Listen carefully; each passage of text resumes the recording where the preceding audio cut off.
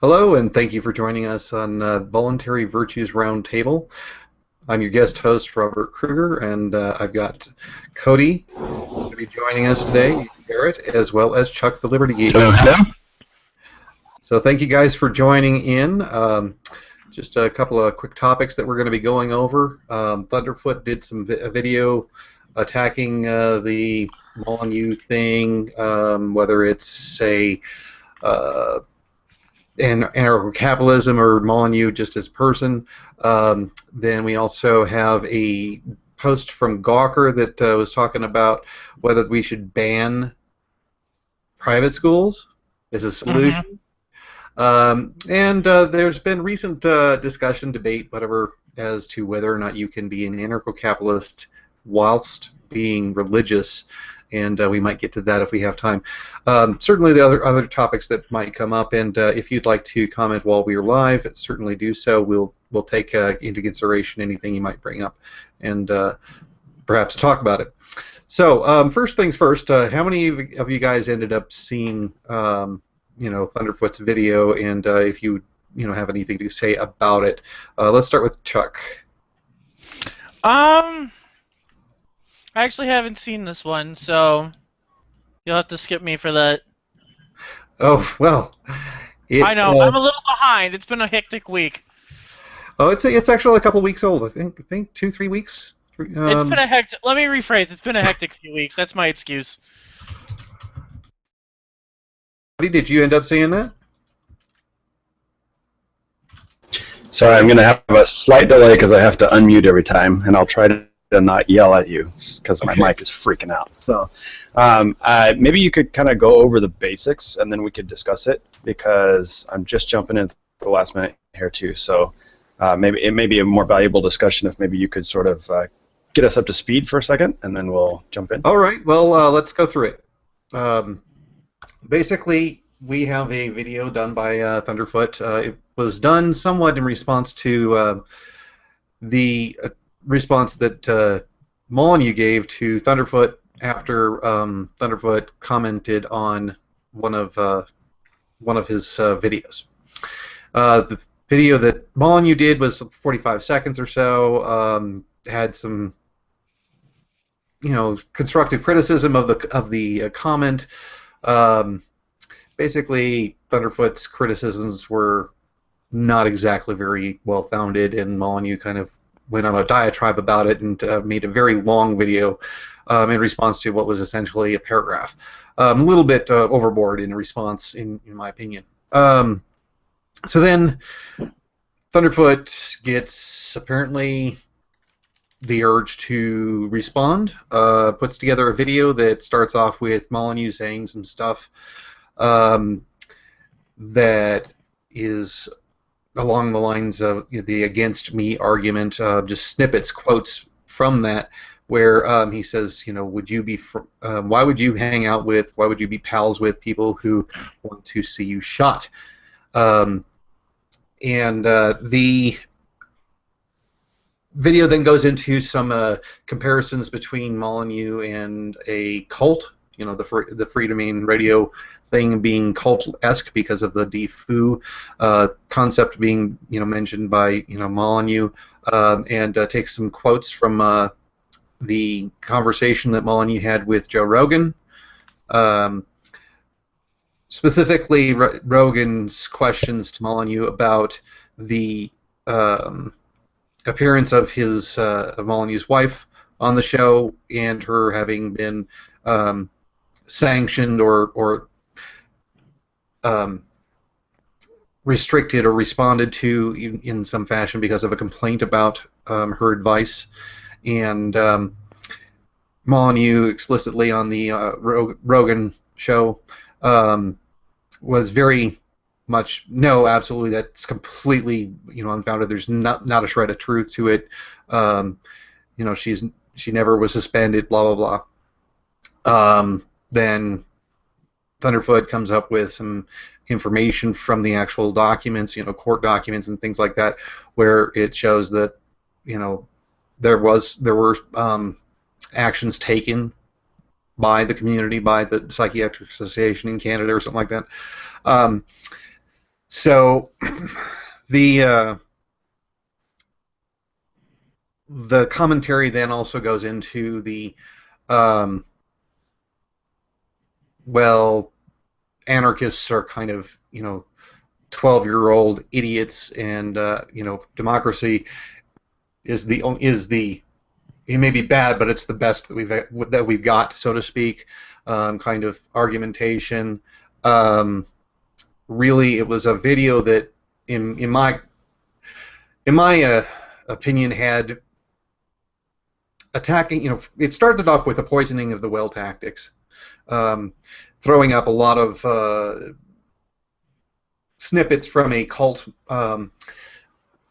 parody joke video. I don't know where he got it from, but it has some people wearing shirts that say "cult," join our cult or something like that, and they were saying, join us. They're going to try to kill you, and then having Molyneux say, people will kill you, and then back and forth between these videos of of cult of people acting like they're part of a cult and saying stupid shit, and then having Molyneux say stuff that is taken completely in a not even a second snippet of his diatribe, which is a very long process that you have to go through when you're explaining to somebody that yes, your law saying that I have to pay taxes to fund your pet program is threatening to kill me if I don't agree.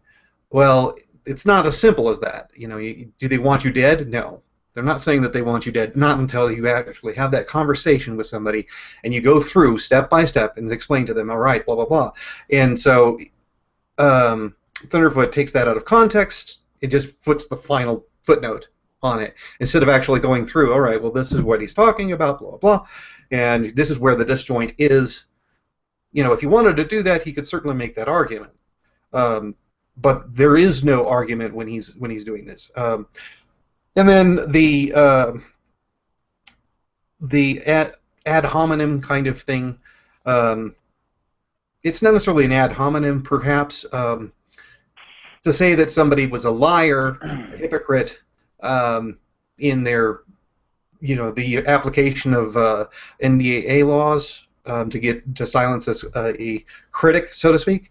Well, as far as I understand it, Molyneux's work has been criticized in a variety of outlets that have, included YouTube, and there's been very, little response from Molyneux and/or his, Freedom Reign Radio group to take down these particular commenters. But there was at least one or two channels who had videos that were out there that had criticisms of Stefan Molyneux, that were taking the videos that he had made and using snippets and audio and use snippets to show the hypocrisy that Stefan Molyneux has shown. And again, these are not arguments against the message, they're arguments against the messenger, which is not an argument. So yes, Molyneux did have, one of his administrators did end up contacting YouTube and getting these videos removed, and in fact one of the channels was blocked. Well, Thunderfoot goes into that and says, hypocrisy, hypocrisy, hypocrisy. And again, you know what? You could be an absolute hypocrite, and it doesn't mean your message is is wrong at all. I can advocate for people to not overeat and be an overeater myself, and that doesn't mean that you should overeat. It just means that I'm just incapable of fulfilling what it is that I advocate. So it's not an argument against the message, it's an argument against the messenger. So anyway, if you've not seen the video, it is something, I don't know, that you might want to spend some time on. I think that Thunderfoot has some great content that's out there. Does some really interesting science videos, but his his series on why people laugh at creationists are they're hilarious, and they're actually good arguments, not like what you've seen in this video in against Stefan. But in any case, his criticism about Molyneux lying to Rogan during the conversation is somewhat founded, from what I could see. there was action taken to sanction his wife for appearing on the show. It was not baseless.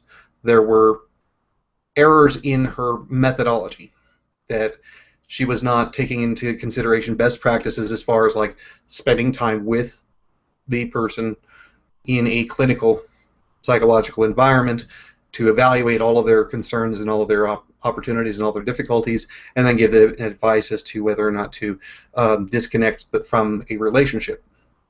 Can't really do that over a telephone call. So the fact that she had, said, you might want to consider that, or I don't know exactly what her advice was, caused them to have concern. They did take action. They had a review board, come in. They had her have to speak with some people, regarding what had happened, and to maintain, I think it was for a certain period of time, like 6 weeks or something like that, where she would discuss things with people. So yes, there were some things that happened. It's not like as if it was just completely just dismissed, which is what it sounded like Molyneux was saying during the Rogan show. Anyway, that would be the crux of what was going on in the video that we have from Thunderfoot.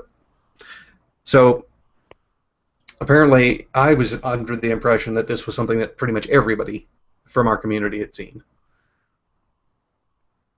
I just hadn't had a chance. Is this the? Yeah.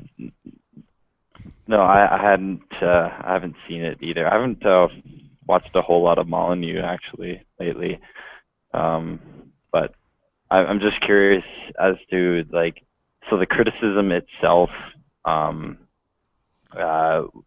you just lay that like in like bare terms? Like what specifically was it again that Molyneux said that that he made the video about?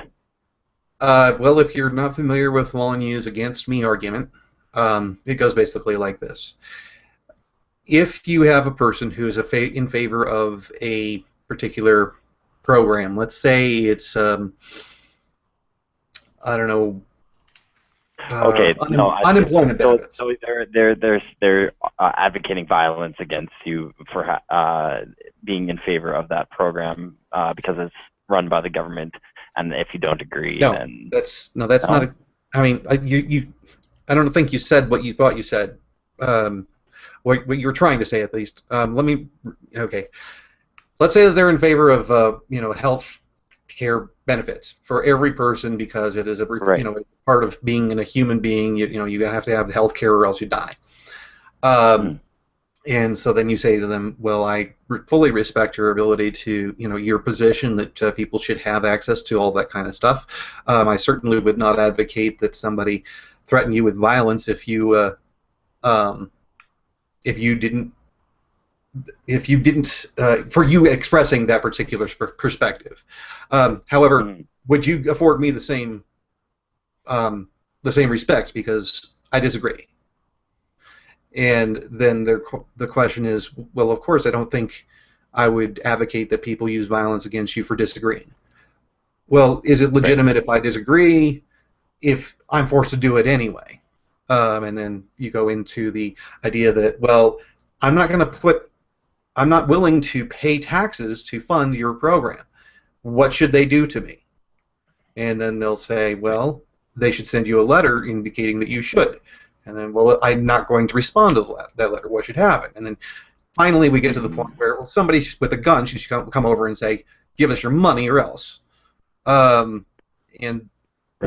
this is a fairly long and drawn-out process where you got to go through. All right, well, this is a thing that has to happen. The first thing that happens is this, and then this happens, and all that has to happen is, imagine you're the person who's disagreeing, and you're looking at whoever's coming to you to ask for that money, like as if they're just some Joe.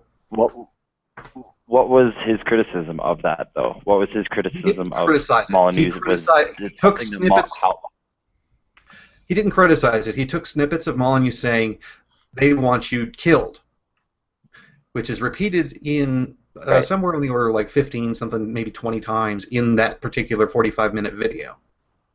So Thunderfoot took the 45-minute video and made a synopsis of it by taking the 20-something occurrences of Stefan Molyneux saying, "Kill you," and clipping. That was his synopsis of the argument. So then he was this wasn't the same guy that Molyneux took the video down for, was it? No, no. No. Molyneux never took anybody's video down.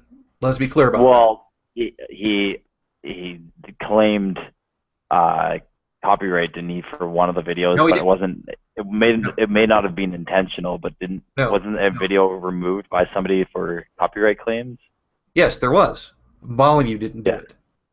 Okay. Yeah, it was just the YouTube. One of the administrators that works for Free Domain Radio took it upon themselves to file a DMCA claim.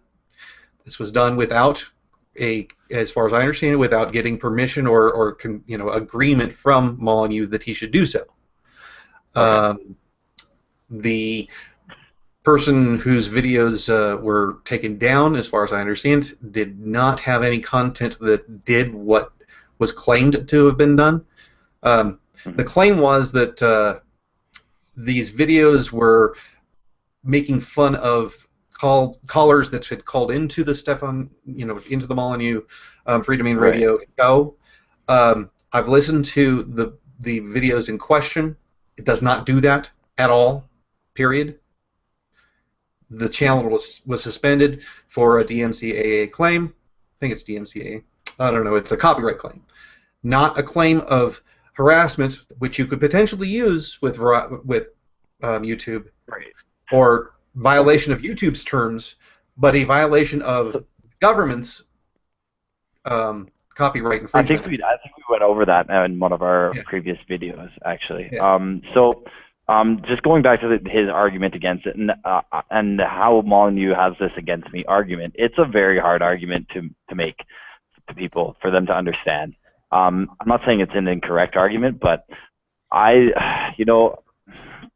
try not to go down that route when I debate with people. It's like almost like a last resort argument, the against me argument, because it's a really, like, people like, no, like, we don't, that's not what we're advocating, like they have that, it's a brick wall for them, and you pushing up against it never seems to break through that, oh yeah, that's actually what we advocate for, is violence against you. And even if you do get them to realize that, then they're like, oh, well, like, that's just how it should be, right? So I try and think of other ways where it's like a better, like a more voluntary situation where you could just advocate for a different system without saying this is the way it is and that shouldn't be that way. You could say, well, this is the way it should be, and here's why, or whatever. I don't know. It's been a while since I've debated somebody on that argument, on the against me argument. But I find it's super hard to do. It's not an easy argument, and people think that you're crazy. People think that you have everybody's out to get you kind of mentality, right? Yeah. The argument that when I heard Molyneux say it at, I think it was a video that he did in Libertopia 2013 or 2012, and he thought that it was, the bee's knees, it was the bomb as far as, the way that we're going to change hearts and minds. And I just didn't see it then. I mean, the idea is that if we're going to create a outrage that causes people to become actors that will go upon principle, we can achieve a success. People don't necessarily go in droves to do stuff that changes the status quo that they might actually be benefiting from, and turn it into a system where they're not sure how they're going to benefit from it. This uncertainty that they're going to have. They're not going to do that unless they feel that they've got some sort of moral conviction. And the against me argument is to try to create that moral conviction within people that indicates to them, look, these people are going to freaking shoot you if you don't cooperate. That's not a way of having something done. That's and it's a legitimate claim, I suppose, but it basically says that yeah, every single person who supports government wants you shot. After you go down a line of thinking and reasoning and explaining it all, and they just don't understand that that's how it works. Okay, well, that can sound kind of paranoid, delusionary kind of thing. Yeah, and most people are not willing to take that, follow you that far down that rabbit hole either. I think even if you do take people that far through the argument, then they just circle right back around to the first step and say, well, then why don't you just pay your fucking taxes to begin with? Like if you don't want that bad result, then just acquiesce. And so they're totally incapable of seeing the moral argument, the big philosophical argument. They don't understand. Well, why don't you just go the speed limit, Garrett? I mean, why don't you just drive this fucking speed limit? Why do you have to bitch about cops all the time? Just go the speed limit. But Cody, who would build the roads?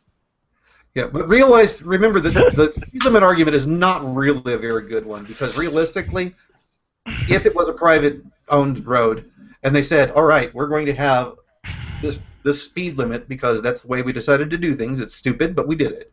This is our property, and if you don't drive the speed limit, then we're going to throw you off and prohibit you from ever driving on our roads. Well, what if I resist? They'll shoot you. Same thing happens in a private. Yeah, same thing would happen in a private, and I argue that too. But it was not necessarily if you had another. I would give a counter argument to that, and that is if roads were private, you'd have different methods of dealing with it on different roads, and you may have the alternative to avoid the one with the speed trap and the police that are enforcing that speed. You might instead choose the road that does not have a speed limit, but has driving conditions that prompt people to go similar speeds. I thought of a really funny way to make people stop speeding on a private road is that they'd have these things in the middle of the road. So if you're speeding, then they just kind of like shoot up these like walls, and then you just crash into it and die. That's how they could stop it in a private road system, right? Like that would really prevent people from speeding. They could have a big warning sign. If you go over 70, you're gonna die. Because a pylon will jut up out of the road and stop your car. Yeah. I'm not sure if that is really a good a free market solution. But regardless, yes, we understand that there would be alternatives, but you know what? They're going to say, well, if you don't like it, you can move to Canada. To which I would reply, but it's the same thing. It's the same thing. Well, if you don't like this playground because there's a bully on it, go to another playground. Oh wait, another bully's playground. You should move to Somalia, Robert. I'll go with you. Yeah, let's. Oh wait, Somalia does have a government. Sorry. Mm-hmm. So Robert, if I could, just before we stray too far here on the Molyneux thing, I'm not sure what.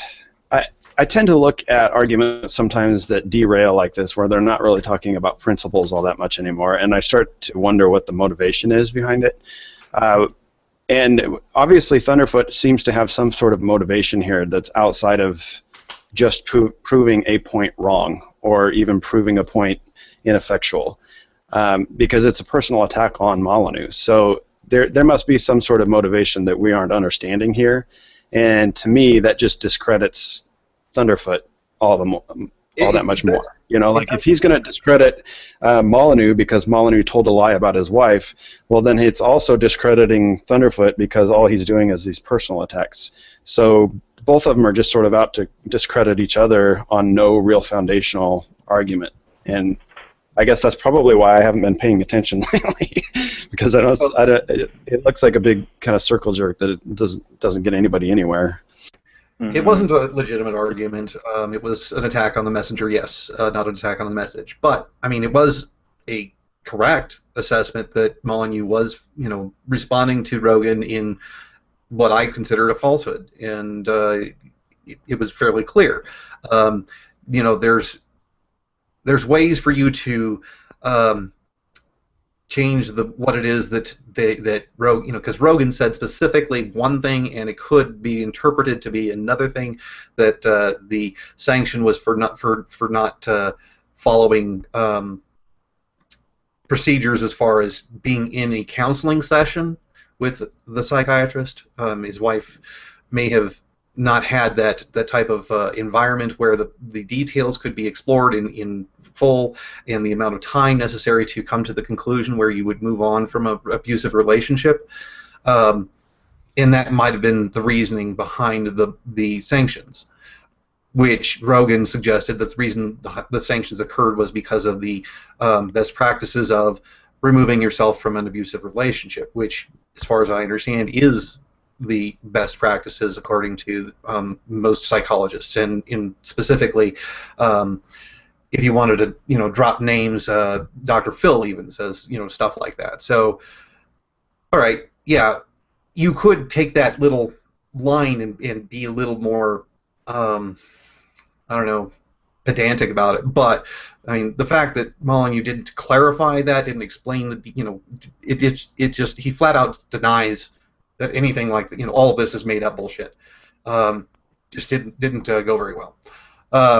So anyway, just so that anybody who happened to have joined us might have missed it earlier, if you are in the chat room or in the comments section, we can see what you're saying, so please let us know if you have a topic you'd like us to discuss or a point that you'd like to make. We'll bring it up. Cody apparently has an epic beard, according to the chat. Yeah. Somehow better than mine? I don't believe that. His is groomed. So so there you go. Mine's just natural, though. That's how I'll put it. All right, so I guess I do want to kind of like drill into a couple of things that a lot of people don't do very well when it comes to ANCAPs. In fact, this is going to go. I'm going to go way off on a different topic here a little bit. I was listening to The Thinking Atheist. If you're not familiar with this show, it's a great show where they go through and discuss various different issues that atheists deal with when dealing with theists. And he had a guest on who was talking about the psychology and the sociology behind atheism, and how they're perceived in society. Specifically, the idea that atheists are considered to be lower on the respectability lists than people who are considered to be absolutely horrible. People like whether it's politicians or whether it's people who are, I don't know, police officers, whatever. You could name a variety of different areas where people have a negative perception of them. Even criminals have higher ranking. Thieves have higher ranking in people's perception on an average in America than atheists do. Drug dealers have higher ranking. Funny though. Kind of funny. Yeah, it's kind of true. There's a lot of it comes down to the idea that movements start from a socially awkward people. A lot of them do, and I'll give you some examples. If you look into the gay rights movement, the homosexual movement that sought to overturn this sexual, I don't know, sex is evil kind of perception that exists in America, this puritanical view of sex in America. The homosexual community started off fairly flamboyant, and gay pride marches with people wearing the most obnoxious gear possible.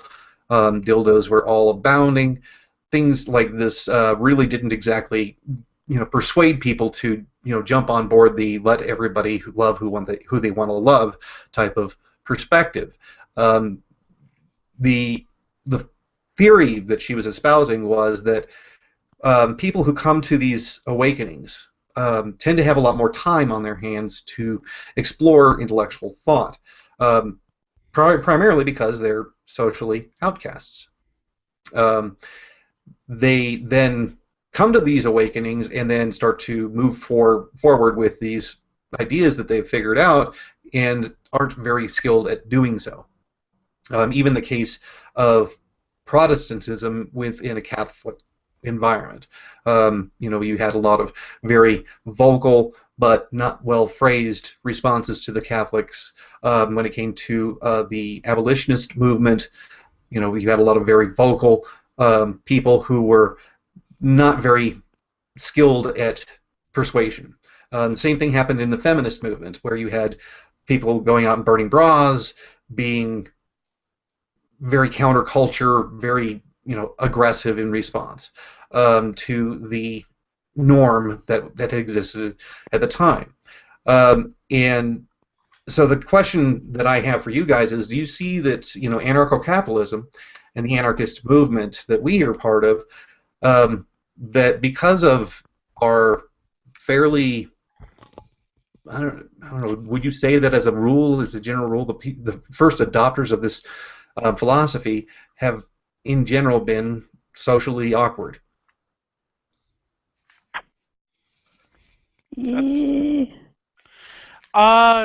I would say so, in the sense that you bring it up to anyone, and what's the first question you asked? What they ask you? Go on. What's the first question? Who will build the roads? Exactly. Yeah. Like, I mean, I would say we're pretty low on the respected totem pole, because I don't know. I think it also has to do with the ANCOMs, because a lot of people, when they think anarchy, they think about those random ass people who are just destroying private businesses for no goddamn reason other than that's exploitive. So yeah, we kind of have that to deal with too. Yeah. I'll agree that like anybody who is in a minority, like that kind of minority where it's a minority of ideas or preferences of things, and they're the ones who are vocal about it, then they're a little bit strange, I would say, to be, but not in a bad way, right? Just to be able to just say, hey, like, I don't give a fuck, this is what I think, kind of deal.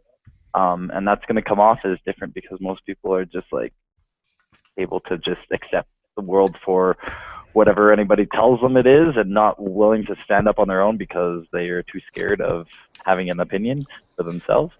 And so that, it definitely comes off as socially awkward. But if you rep it and you fucking own it, then it doesn't even matter. You're still the shit, right? Word. The norm is definitely go along to get along kind of thing, and if you're not one of those types, then you're typically viewed as socially awkward. But I think that it starts off the other way around. That by being socially awkward, you have the lack of diversity of activities to prevent to occupy your time and your mind, and you then start exploring intellectual thought and philosophy, and you start to realize, wait a minute. There's two different versions of the creation story in the Bible. How could they both be right, since they have contradicting, things? There's a group of people who somehow have the authority and the obligation to use violence as an initiation of violence to achieve some sort of goal, but nobody else has that. This doesn't make sense. These types of questions just don't come up if you're busy going to football games and having keggers. It's just, the people who are out there going along, getting along, having a great time doing their crap, just don't think of these things.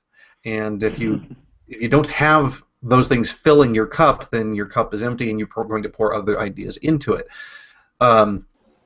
So this may be a case where that's a fair assessment. I'd agree with that. But if you have more time on your hands, you're more able to.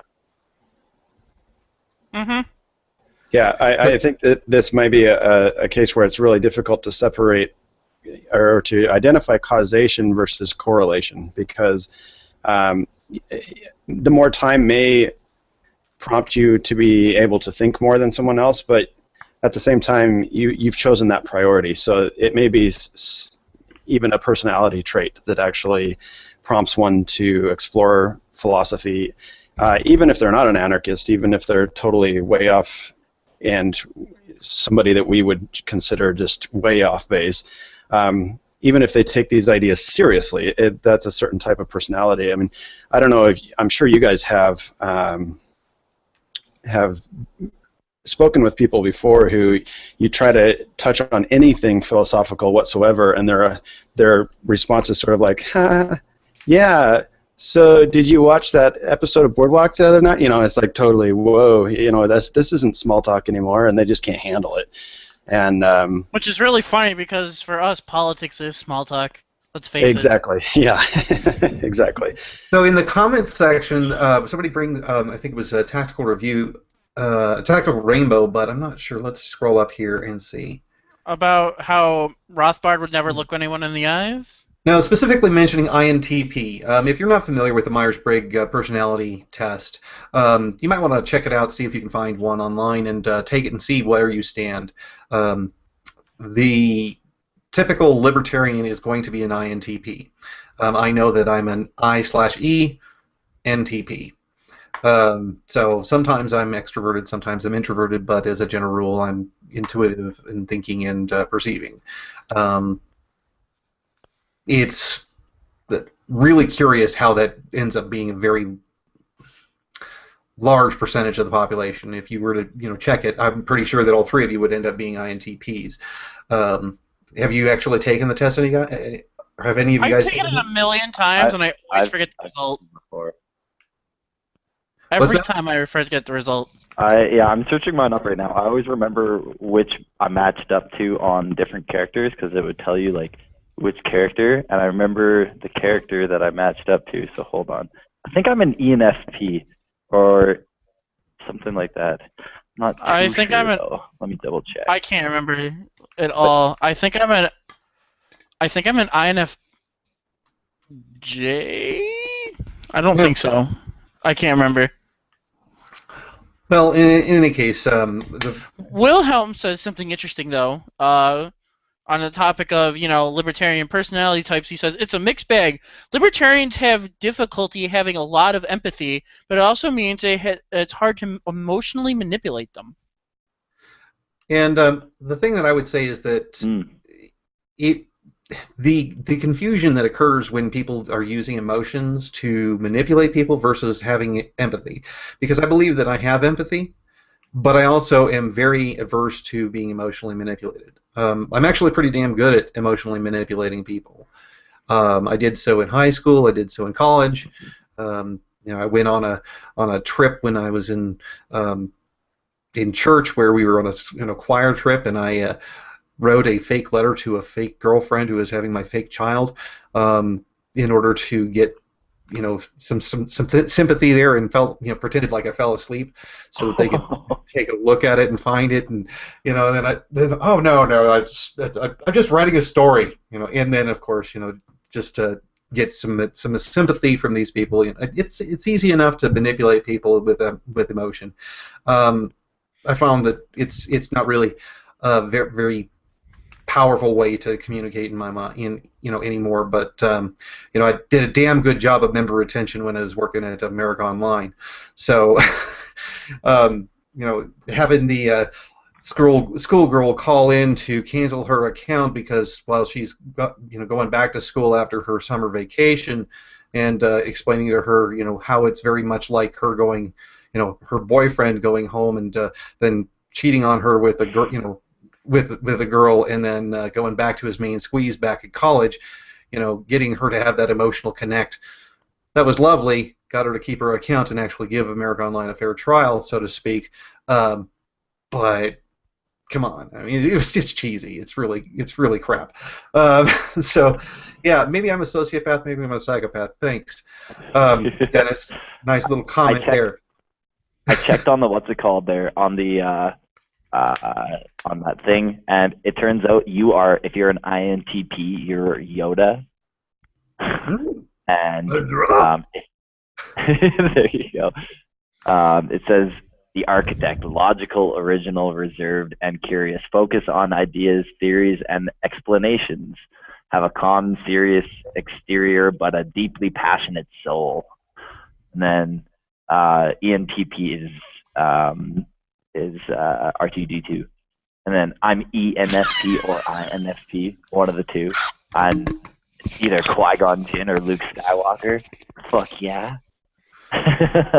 Yeah. Well, you know, I die, but there's a great meme that goes over the story of Skywalker and how he's basically a terrorist. It's really kind of cool. So you might have the highest propensity to actually go out and blow up a building or something. Don't say that over the internet, man. So, Chuck, you had an interesting story about the one on Gawker. I was wondering maybe if you want to introduce that one at all. Or? I want to continue the thought process all right. So let's just go ahead and go with the idea that yes, ANCAPs are typically somewhat socially awkward, at least the first adopters. Some of them since have become more and more socially engaging and more able to be persuasive with people. Certainly, I would say that despite his quirkiness, we have a bow-tied ambassador to the real world who, Jeffrey Tucker. Benjamin Tucker is on my thing over here because I was looking up some other anarchist stuff. Anyway, Jeffrey Tucker, he's socially awkward, but in an endearing way, and so he's not as socially awkward. But in any case, what happens is in this speaker who was talking, she was saying that as we start to have our ideas become more mainstream or heard by more listeners, and as more people who are more socially apt will agree with us and come to the same realization, they are now better ambassadors for our message. And you've seen the same type of thing occur within the atheist movement, where people are becoming more and more acceptable as atheists within our society. And certainly more so within the homosexual community, where becoming more mainstream and more accepted and more adopted, because you've got mainstream people who are just friendly, happy, yeah, and I happen to be gay, and I'm willing to talk about it, type of people. And so I think that we're in the midst of the very awkward phase at this point, and we're moving towards a more competent phase, where instead of having people saying, they want to kill you, which, you know, I see the point that Molyneux is making, and I don't know if you've ever listened to Larkin Rose's message to the voting cattle. You know, it's great stuff. Love the passion. You know, but it's just so much just vitriol and angst and anger that, you know, you just don't really see a lot of statists coming to the realization that what they're doing is just sick. But then you've got people like Josie Wales, who are coming along and becoming more persuasive and getting a huge number of views on YouTube and things like that, where you can start to have that persuasion occur and the conversation becoming a little bit more effective. So I guess what I wanted to move us into as the next part of this conversation is what would you say are the things that you find are successful means by which to persuade other people? In other words, you've had a conversation with somebody. They started off as a statist, or they started off as a Republican, or they started off as a Democrat, and then you've gotten them to at least move towards the libertarian side, whether it be minarchism or something along those lines, and then even maybe gotten them into anarcho-capitalism. Where would you say that you know, your arguments have been successful in that particular endeavor? So let's start off with Cody.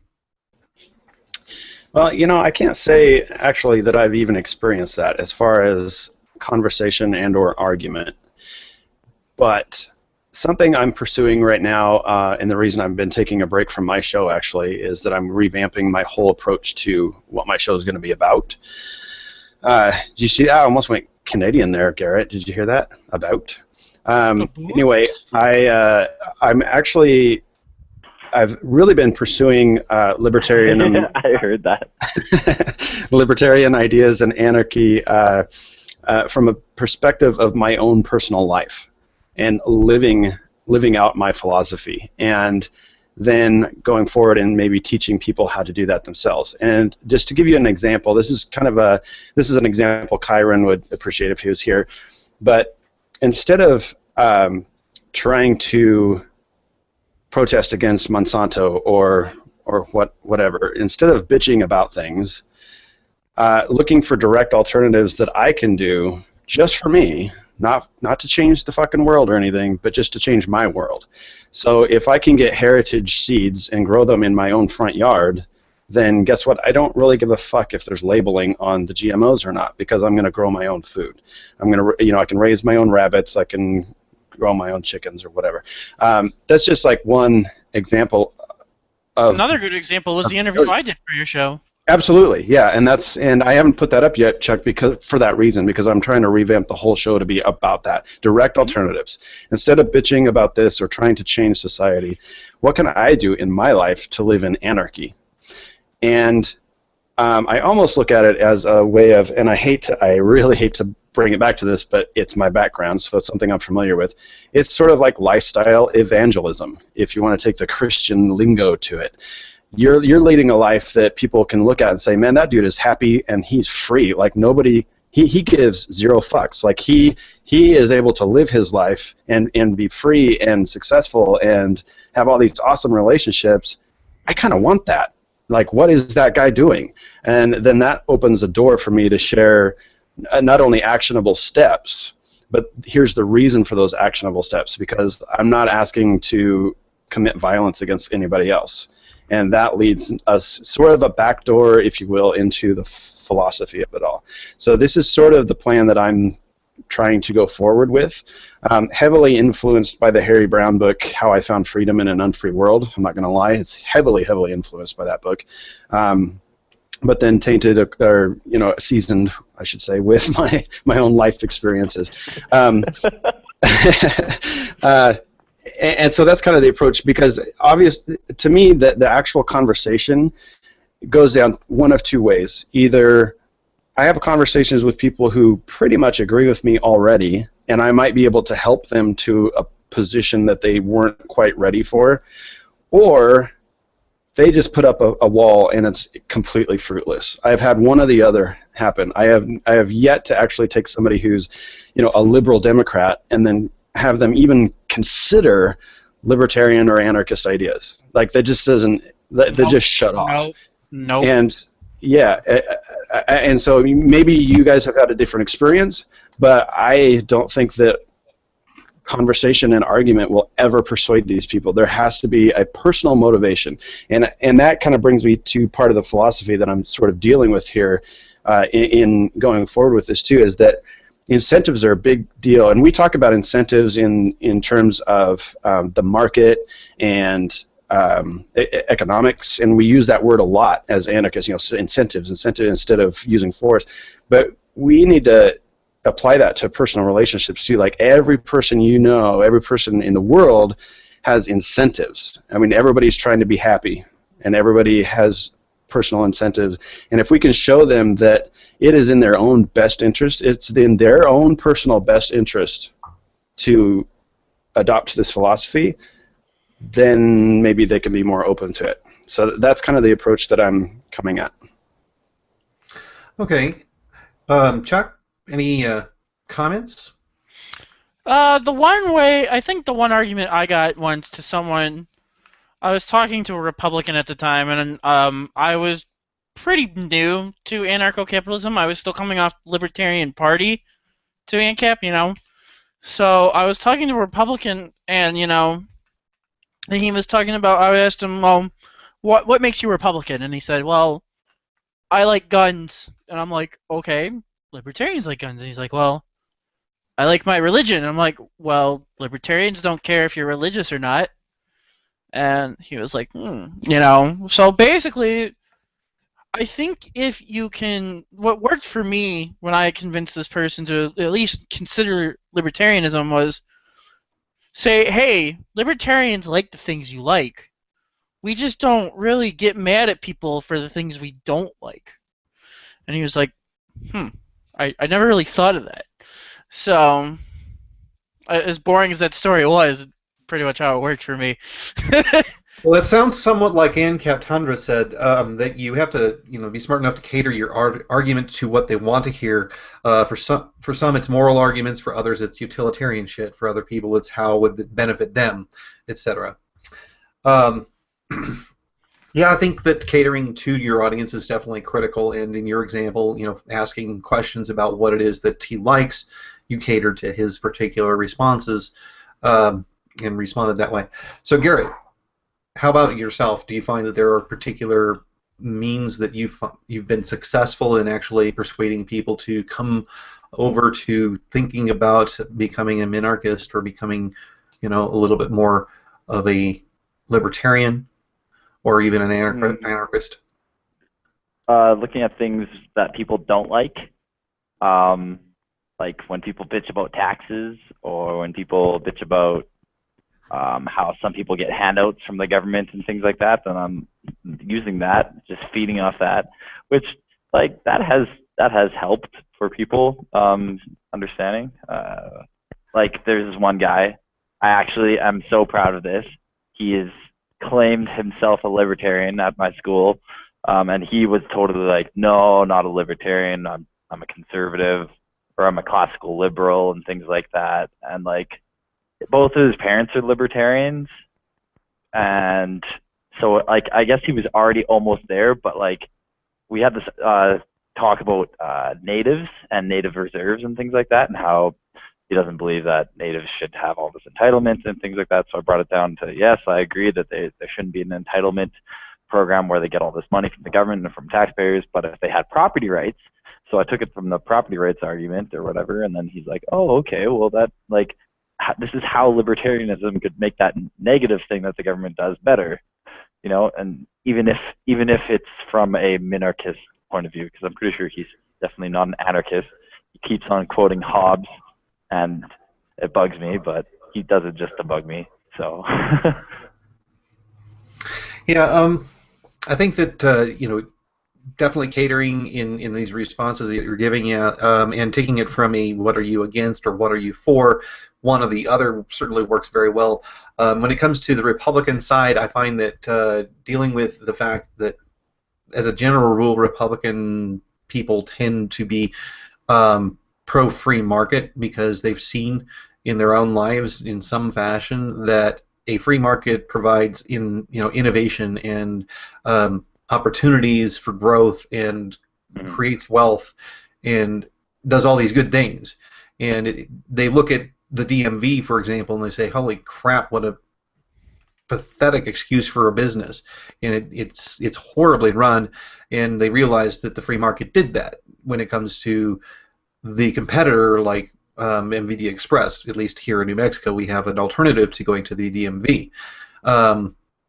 So we've seen, yes, a free market version of the same kind of thing is actually done superiorly. That works better. So Republicans in my area tend to be very easy to convince as far as free markets really work very well for this, that, the other thing. So you ask them, well, why is it that free markets work so well? And they explain, well, you've got competition, which promotes innovation, so that if your competitor provides you better service and blah, blah, blah. They start to figure this stuff out very quickly. You just ask them about the free market, and then you just ask them, well, is there any product or service where this function, this feature of having competition and having these incentives apply, where it wouldn't work? And they're like, well, no, it would work on everything. And you say, well, so then why would you have a monopoly like government? And they're like, well, you have to have blah, blah, blah. And you're like, well, do you really? Did you know that the laws that we have are based upon laws that existed before government did? Did you know that the road system that we have is based upon road systems that existed before we had government providing roads? Did you know that we, and you ask them, historically, did you know that these things occurred before government actually got involved in this process? That we had, polycentric law in pretty much every historical, society that ever existed before there was a monopoly on government regulation of law? Their minds explode with that, and they're like, I've never really considered that. So then that was very successful in getting people to be considering anarcho-capitalism. I guess the biggest one is intellectual property. Go figure. Anyway, that holds them back. But then with the people that I deal with. Intellectual property actually is a really good one to talk to people about, younger people, I find. 'Cause I'm like, do you download music for free? Do you want to go to jail for that? Do you think people should go to jail for that? And then that's one where people can usually get along with, I find. Yeah. Also, with the liberals, the Democrats, I find that I was making most progress when I was talking about the idea of the fat cat having a trough. Not fat cat, fat pig. You've got the fat pig who can crowd everybody else out of this trough, leaving all the little piggies to, just become these tiny little runts, and they have no way of actually getting, getting to the trough and becoming, enjoying the food that's actually out there. And it's because there's only one trough, and it's a trough of power and money that exists, and this trough is called government. And that, I have never thought of this. That imagery in their mind where they're like, well, yeah, we've got this corporate, business thing that's just big fat corporate pigs, capitalist pigs, just going in there and just eating all the food from the trough. And you're like, yeah, I could see that, I could visualize it, and all the poor little other piggies are they're not able to, to eat what they need to survive, and they're just going to starve to death. And you say, well, why is that? That you've got this gigantic trough of power and money that exists when you could have free-range pigs that can go find truffles wherever the hell they want and create opportunities for themselves. And what are you talking about? I mean, if you don't feed them, look, pigs know how. There's wild pigs. They actually know how to survive, and these wild pigs, they actually, are able to exist in a world. And you know what? Human beings are actually a little bit more advanced than wild boar. We've been able to figure out how to have social communities and interactions without having some monopoly of power and money in charge. We did this for years and years and years, centuries, before we established these government things. Hey, Robert. Yeah. According to the chat, Dennis says, scientists at Rensselaer Polytechnic Institute have found that when just 10% of the population holds an unshakable belief, their belief will always be adopted by the majority of society. Yes, I've heard that. So, let's get 10% of people to be anarchists, and then done. It's not just anarchists, but anarcho-capitalists. No, I mean, realistically, if we can get NCOMs to just let us have the idea that, yes, we own the fruits of our labor, including land. Here's our space, here's your space, have fun. Do what you want. They'd have to agree with the concept of ownership. And oh my god, I have talked to some ANCOMs, and they're like, no, you don't own this building. I'm like, but I bought this building. And they're like, so? Money is evil! And you don't own your body. Yeah, and then they say you own your body and that you own private property, personal property, just not private property. And there's a difference. And the difference is it personal? Do you use it? If you don't use it and other people use it, then it's not yours. I would say like that homesteading is like a really big argument that people have to understand. I think a lot of people are afraid in an anarcho-capitalist society that they could have some guy could just lay claim to a big giant piece of land that was undiscovered and be like, this is mine, I'm going to defend it with force. It's like, no, you can't just be like, okay, there's a potential for property value to increase here and use it willy-nilly. You have to be able to prove that you're using that land. You can't just say, no, this is all mine, I found it first, finders, keepers, losers, weepers, wah, wah, wah. It's like the same thing if we had like space cowboys, right? Like if people went to a different planet, nobody could just land on that planet and be like, all right, this is my planet. I was here first. I know that people are going to want this one day, so it's just mine. You have to be able to use that. And that's where I think that a lot of the anarchist kind of part comes into it, where it's like, yeah, you can say that, but I'm going to do it anyways. I'm going to move in anyways, and that's just because you're not really using it, and you're just being a dick. And well, there's a difference between calling dibs and actually, establishing a legitimate property claim. And there's a variety of philosophies on this. We've got the homesteading claim and so on. I would say that a very large percentage of homesteading and the amount of work that is necessary in order to to claim something as being your property is kind of dependent upon the market. If you, for example, look at the history of the property claims that they did in the 49ers days, where there was this gold rush in California, and there were a lot of people going out there, but not really that many people in comparison with the size of the land that we're talking about. The claims would be made for an area to be, panned or mined by putting tag marks on trees, little flags, and like a square. Like, all right, well, this is this Joe's area, and he's going to go ahead and pan it or mine it, and everybody just respected that those tags were, that's where his mining rights are. If I could jump in real quick and just say that if somebody had went and tagged all these other places, then they're less likely to respect that person's claim. Because if somebody sticks to one piece of claim, they're like, okay, well, this guy is specific about this one claim. But if he goes and he claims everything, then nobody's going to be like, well, he's not going to be able to defend all this, so we're not going to respect it. You're more likely to succeed if you stick to what you can actually handle.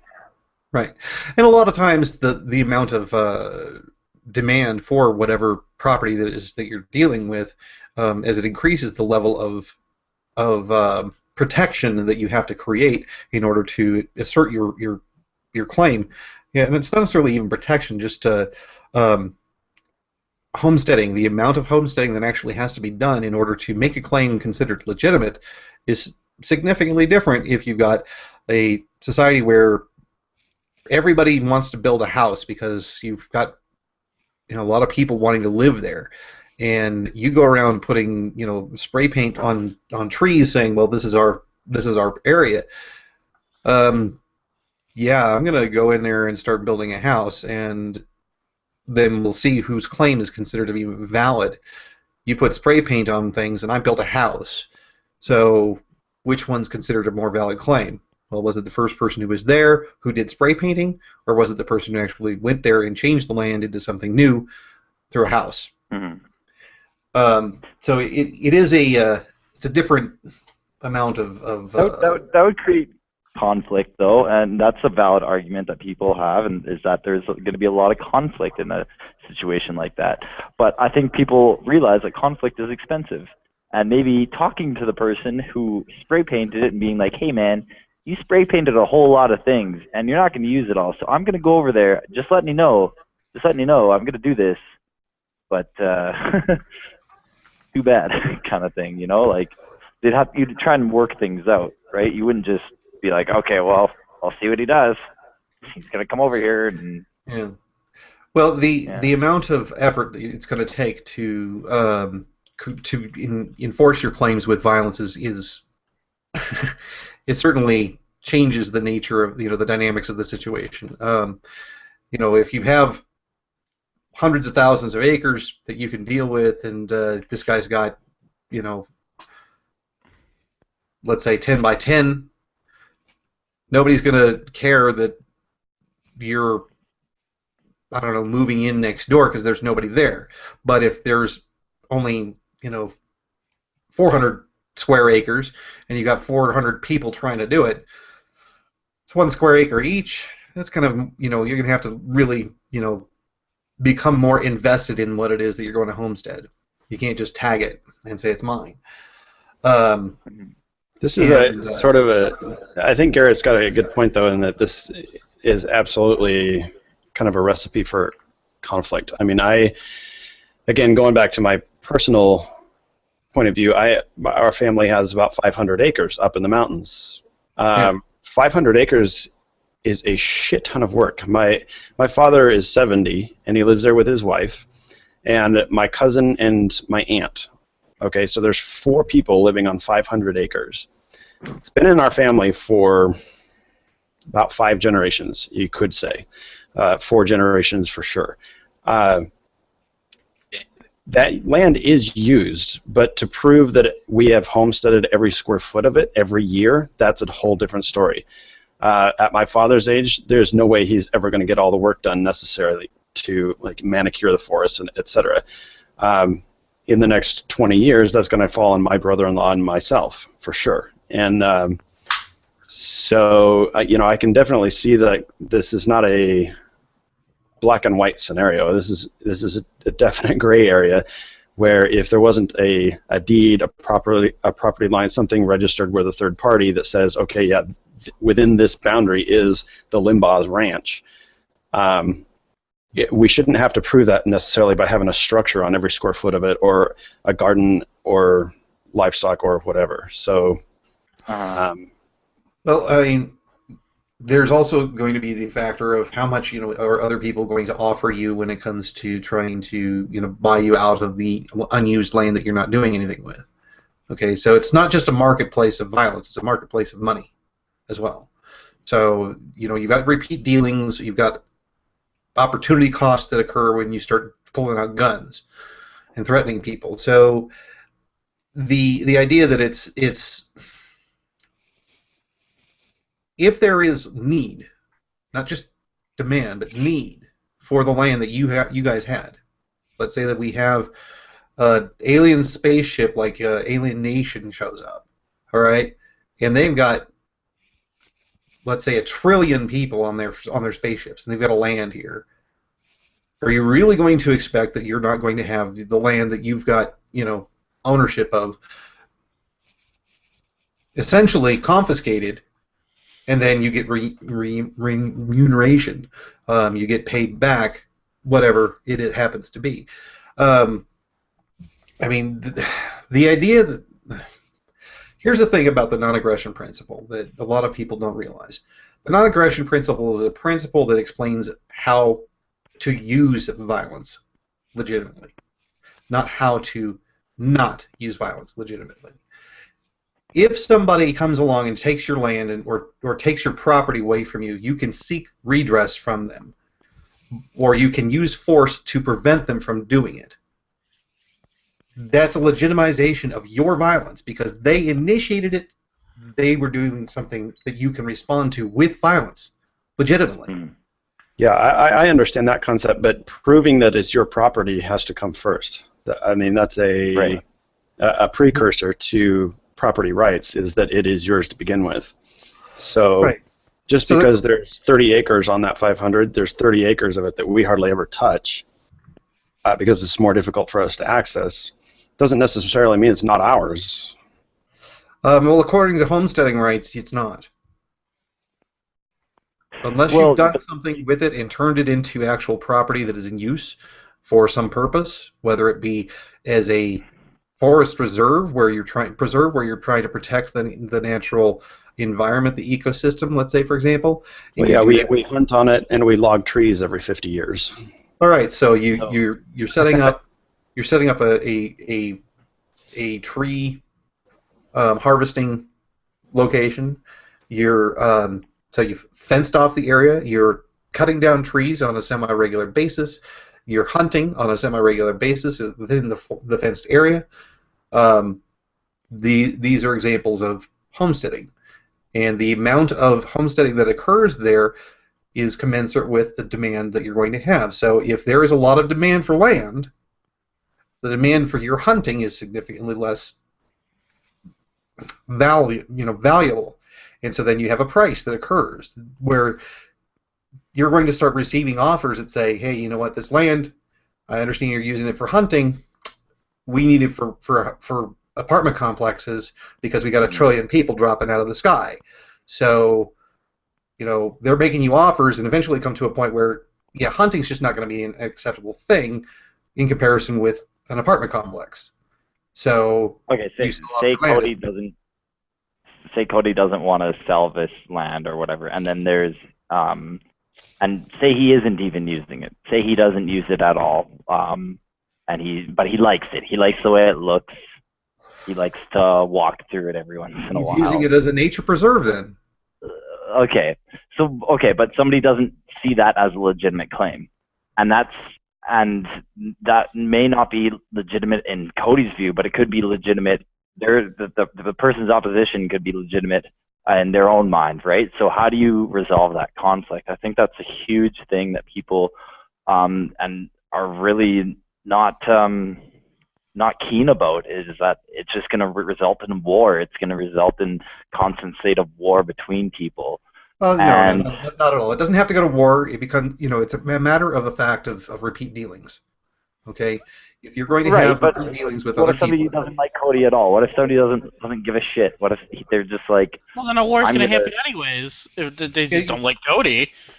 Yeah, there's going to be violence in certain cases, no matter what. But in the case that what we're talking about, let's say that Cody and his family are living on that land, or let's say, I don't know, let's go back to the cult ranch type of thing. You've got Waco, Texas. All right, Branch Davidians have their property. They live on it. They farm it. They are completely independent and self-sufficient. Okay, so they own all this land. And we start to have a society where, a trillion aliens drop out of the blue. We've got to figure out how to house everybody.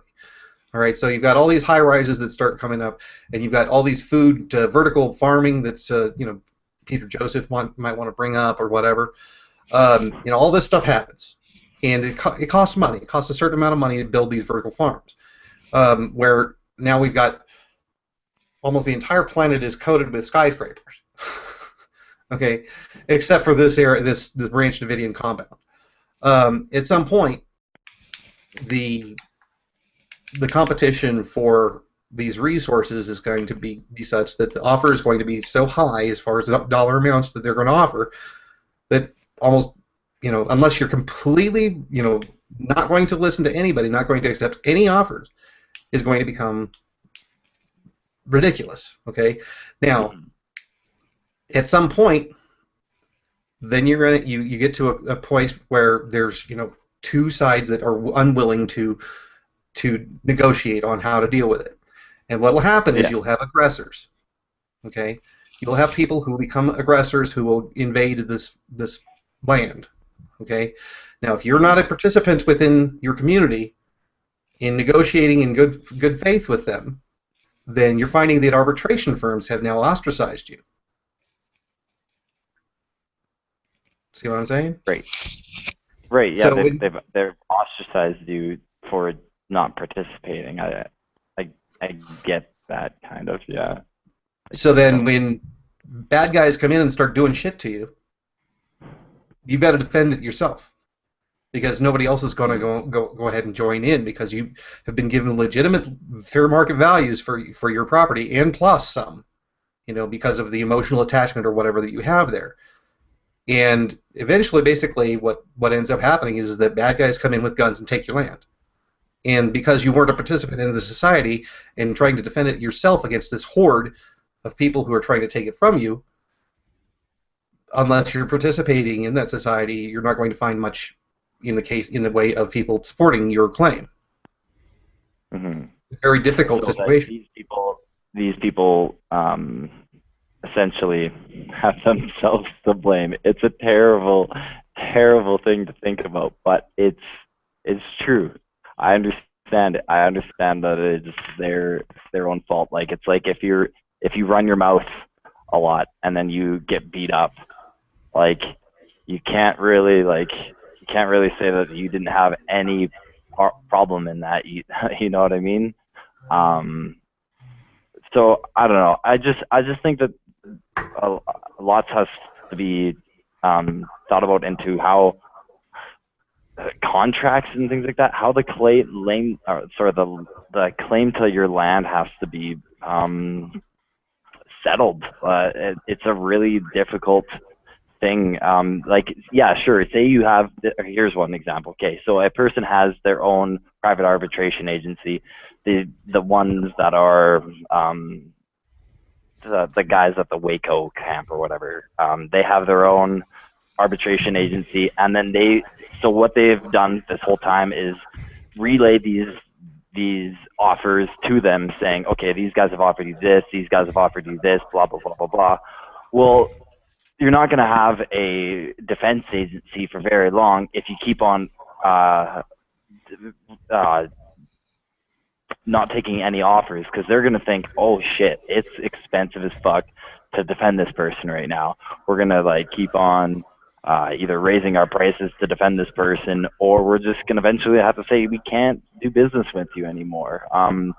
So I think defense agencies would have to be pretty smart in their contracts. They write for people, be like, okay, if you are running your mouth a lot, or if you don't take offers when people are offering you it to this extent, then we're not going to do business with you. You have to have that kind of somewhat in contract before, in order for the law agency or whatever, the defense agency, to have a legitimate reason for them to leave. Like if the law agency says, oh yeah, we'll defend you no matter what, then they leave when that happens, then there's a problem. But that wouldn't be a very smart defense agency, right? Like you'd have to take all factors into account. Possible factors. The thing that is very important about this this hypothetical that we're talking about is, again, it's exemplifying what I'm saying about how market forces dictate what level of homesteading that must be done in order to make a claim. I mean, right now, Cody, your property in that area is very likely to be amongst 100,000 other acres that could potentially be used by any number of people. There's not a very high demand for your land. There really isn't. In fact, as a general rule, land is very low when it comes to people's values. They want the amenities that they get with the enjoyment of the things that they can get in their apartment complexes or their condominiums or whatever. So the claim that ANCOMs often make, where they say, well, the capitalist is going to buy up all the land and then charge everybody rent, is just ridiculous. I mean, there's a lot of people who are perfectly happy to pay rent, and they're just going to stay where they're at. There's not going to be this like big movement to go out there, and they've got other opportunities to invest in because we've got such a huge economy on other fronts. But if we do come into a situation where the population is such a high number, and land becomes so scarce, and skyscrapers have reached the maximum heights that they can, given the mantle and this, the crust and things like that, we've got all these different circumstances of what we can deal with.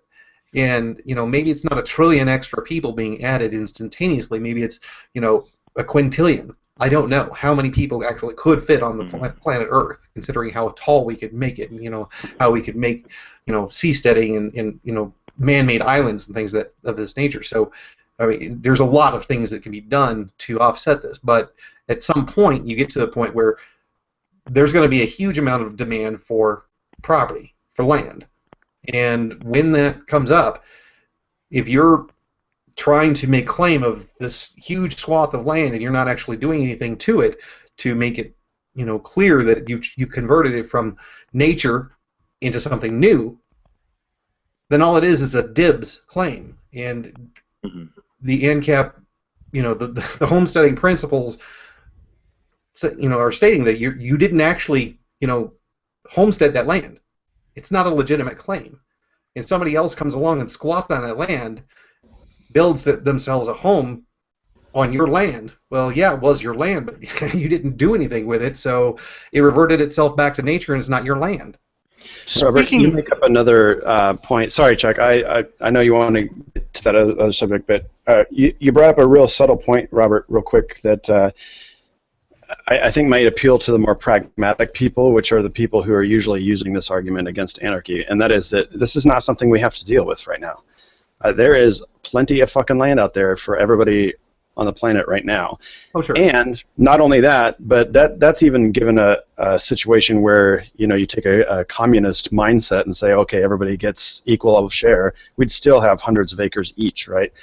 But that doesn't take into consideration personal preference either. So we have this whole division of labor concept where we also have division of preferences. Everybody has different preferences. Some people don't want 500 acres to take care of because it's a pain in the ass. Yeah, quite frankly. And so, it's math on it, by the way. And if you took every single person who exists on this planet, including newborns, you would have 5.5 square acres of land per person that is arable, usable for land, usable for crops without any sort of, manipulation of the land in order to make it more hospitable to growing plants. Right, and if you consider the fact that only a small percentage of the people are actually going to want to take care of that land, then all of a sudden it's exponentially larger than that, because, like you said, a lot of people are going to be perfectly happy having a small lot in a city for the amenities involved and not have to worry about everything that their landlord has to take care of. So, yeah, personal preference kind of takes care of a lot of that. Oh yeah. So anyway, just to quickly touch on that, Chuck. Sorry. All right. Well, I think we're going to go ahead and move on to Chuck's conversation here, but I do want to, go back to the chat room here. Of course, we've got Kenji doing his usual thing with "if you can't defend it, it's not yours" kind of thing. And legitimately, I do have to say, yes, you're kind of right, Kenji, that yes, you do have to be able to defend your property. However, a lot of this comes from having social interaction, and the social interaction that you have with the people in your community causes a rebuff to any potential aggressor. And all it takes is either paying for private defense or having a nonprofit organization that does private defense. There's all sorts of different means by which people will defend property claims, and the marketplace will figure out which method is preferred by the society, and a very large part of it comes up from having social claims where people understand that, yes, you did actually homestead that land, and yes, you're out of the country, but we're going to make sure that that guy does not go and move into your place and claim it as his own, just from social norms. Anyway, moving on to Chuck, the Liberty Geeks article that you submitted. You've got an article about public school crisis. So what is the solution that's being proposed to deal with the public school crisis? So before we really get into this topic, I just want to read a quote from the article just to give you the idea of the mindset of the author. So this is in response to how the mayor of Chicago and the president of the United States do not send their kids to public schools but to private schools. So this is the author's idea. Here's the solution. Make Rahm Emanuel, and Barack Obama's children go to public schools. From a purely strategic and practical standpoint, it would be much easier to resolve the schools crisis if the futures of America's wealthiest, most powerful children were at stake. Wealthy people tend to lobby effectively for their interests, and if their interests were to include adequate public schooling or public funding for the schools their children attend, and libraries and air conditioning, those goals would likely be achieved without having to resort to unpleasant things like teacher strikes. So the answer is we should just ban private schools because they're the reason public schools are failing. I really fucking hate Gawker and Kotaku and every single person. All right, now every single website on Ninja is just so fucking stupid. All right, I'm sorry, language, but I'm going to make a claim, and I'm going to piss off some people here. So I'm going to make a statement, and I'm just going to let you think about it, and maybe see if you can guess what it is that I'm talking about. There is a kernel at the very onset of what it is that they're trying to do here that is absolutely integral to the anarcho-capitalist perspective. And if they stuck with that kernel and took it to its logical end, they would be ANCAPs. But they don't. So, what do you think that kernel is? I would say that kernel is probably something along the lines of funding. Maybe? No?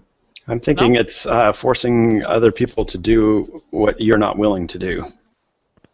Being above the law, etc. Wait, what was that? Well, Barack Obama is above the law.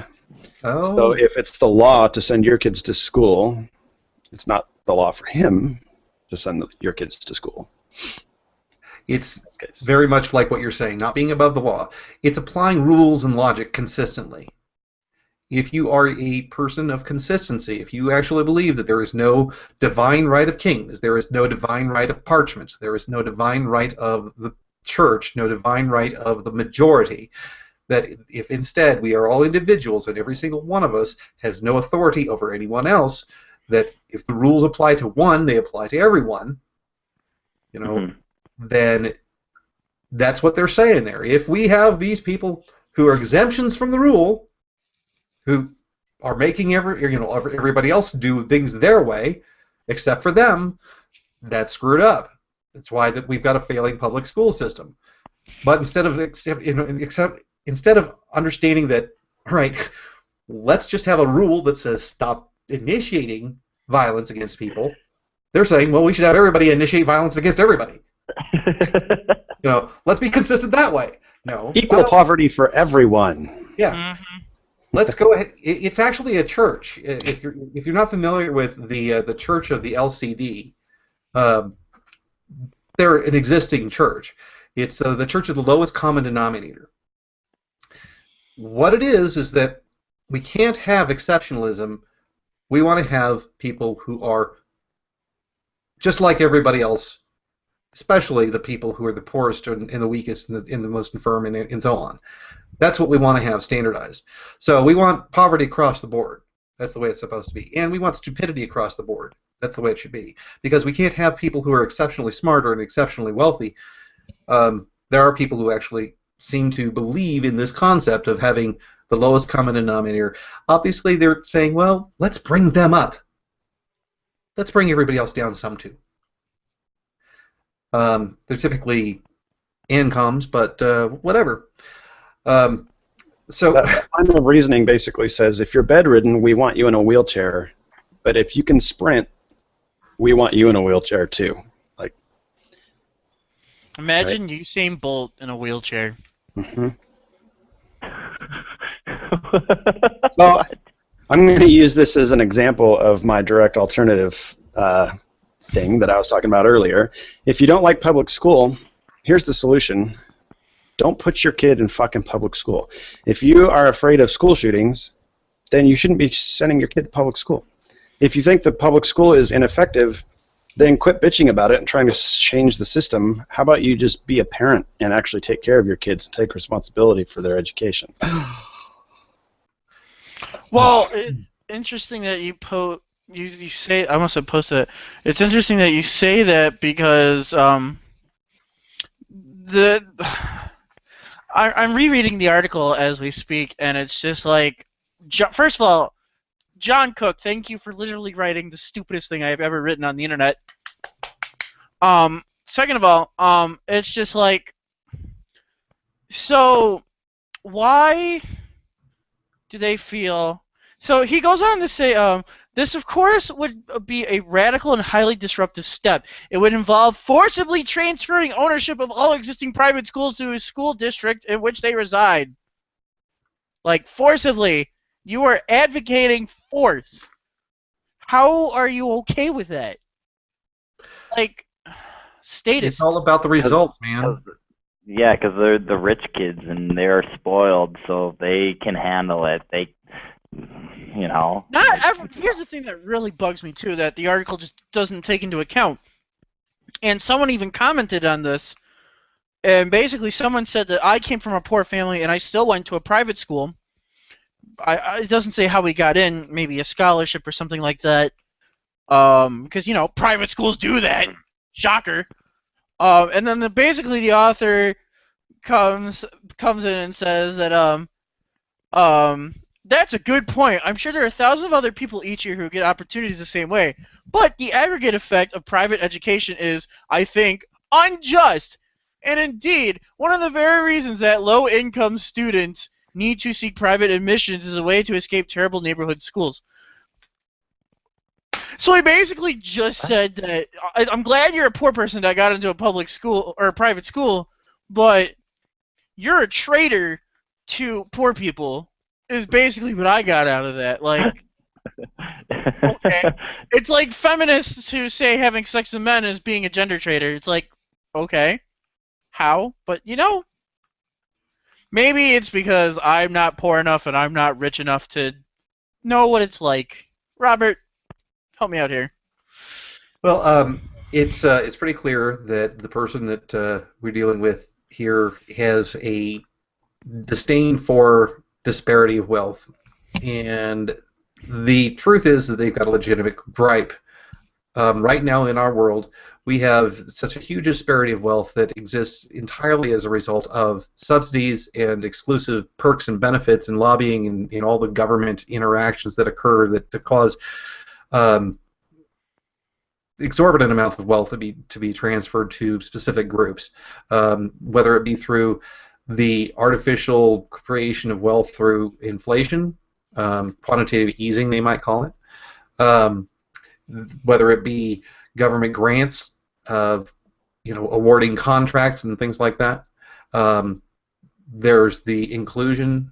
I think it was. Let me just double check what it was here. Right there. Enclosure Acts. If you're not familiar with the Enclosure Acts from Parliament in Britain, where they had essentially land that was homesteaded by a community of farmers was distributed as parcels to lords and dukes and barons and so on, and given, directly to them, maybe even merchants, to say, all right, this is your land. The people who are there, who are farming it, they have to pay you for rent or whatever it is, your taxes that you want to apply onto them. So you could even see, like, the United States with this initial founding, the violation of property rights that existed in that time, where you had people who had homesteaded very large grazing lands for their buffalo, very large, grazing lands for their herds of other, bison, their not bison, wild boar, things of that nature. There's all these different areas of land that were, whether they be spiritual grounds or whether they be farming. The Native Americans had homesteaded a very large percentage of the continent, and yes, they were very free and liberal with their property claims. They didn't require a huge amount of homesteading in those areas. But then, nobody came along and said, hey, you know what? You agree that this is our land because you guys were using it. It was your land. We got it clear, and they didn't make them, a trade. They didn't compensate them. They just said move, and so the same thing has occurred throughout time. We've got this incredible wealth disparity. So now that we've got this huge disparity of wealth, and it's continuing to grow because of legislation that continues to grow, and the government largesse that exists that continues to grow, these people have legitimate beef. But their solution is to try to claim power from the people who gave these beneficiaries all the stuff that they wanted. It's like, all right, so my dad's an abusive asshole. I'm going to go to him and plead my case and get him to be an asshole to everybody, including himself. And that's going to really work. No. He's got his buddies, and he's going to take care of his buddies, and he's going to take care of himself. And even if you try to legislate these rules, it's just, well, I'm going to create a presidential pardon, or I'm going to create a fiat dictate of whatever it happens to be, whether it be through Congress or through the power of the presidency. These things will not ever occur because you're appealing to the wrong thing. You can't create a change in the authority to become authoritarian over itself. It just doesn't work. It's not possible. There's no watcher for the top watchdog. Just doesn't work. Quick point on this is that people would say that the only reason that politics is able to do that is because money is in politics, right? And we got to get money out of politics in order for them to for real change to work, for actual government to be able to rule itself. But if you're trying to fight if you realize that there is a bunch of money in politics and it's successful at changing politics, and you're trying to fight it, but you realize that you're poor, how are you going to fight that? You've got to accumulate enough money to counteract their payment into the political system, and that's just not gonna work. So why even bother? Why even bother trying to get that through that way? You want to try and think of the idea of maybe it's just the idea of politics in general that's the issue. And so it just bugs me when people look at these problems of social disparity, just like the one in this article, and they try and put it on the government as if it's its responsibility. It's the reason why these things exist. You can't. I don't know. It's just frustrating. I just wanted to address that one point you brought up with the idea that let's get the money out of politics. You know what? Let's get the drugs out of the correctional facilities. Works real well, doesn't it? There's a ban on drugs in correctional facilities, and they're full of drugs. It's ridiculous. I think it's even more fundamental than that, though, because money is politics. Politics is money. That's what it's all fucking about. That's all politics is a power grab over people, whether that's in the form of money or authoritative power or whatever that is. That's literally what you can't separate the two. The two are it's one and the same. That's the only reason the political class exists, is because of the money that they're getting out of it. You know. That was well put, Cody. Yeah, everything is in essence can be derived turned into money in some fashion or another. The amount of time that I have available to me in a day changes when I have money. Now, if I have the money that I can pay somebody else to do my laundry for me, now I've got more time. So everything is a function of money in a certain fashion or another. Stop bleeping. Right. I just want to say it's not me. That's what's important. I think that it's like I don't get it, because what he's advocating is taking away choices, and in essence, isn't it basically? I guess he's not advocating for. I guess you can't talk to him like he's someone who would respect the concept of freedom, because he's taking away a choice of where I get my education. If I even should have an education at all. What if I don't want one? So I don't know. I'm wondering, how would you argue with this guy? I mean, let's say he was right here, right now. How would you argue with him? What would you say? I'd have to understand his argument.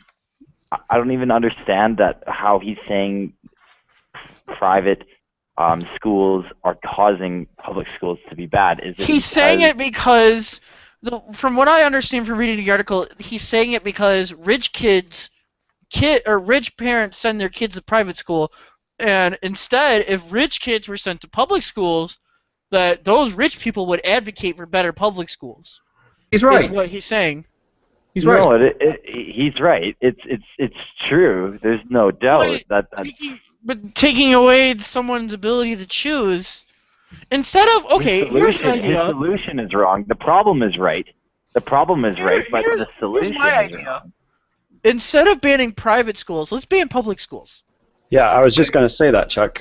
Imagine how inexpensive and effective education would be if there was no public school. Imagine that.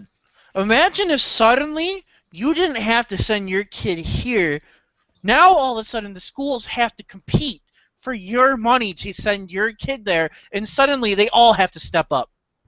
Yeah, and in the provinces in Canada, the two highest expenditures of the provincial governments are education and healthcare.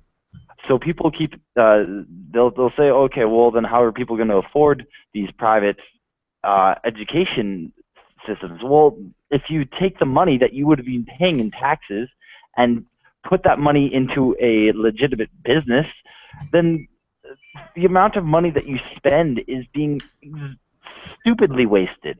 Stupidly wasted on some garbage curriculum that we have. You know, like, I need to correct myself on something. I said that he's right, but he's not right. Here's what would happen. Let's just assume that we ban private schools. All of a sudden, you now have tutors and people taking their children and having them homeschooled. That's all it is.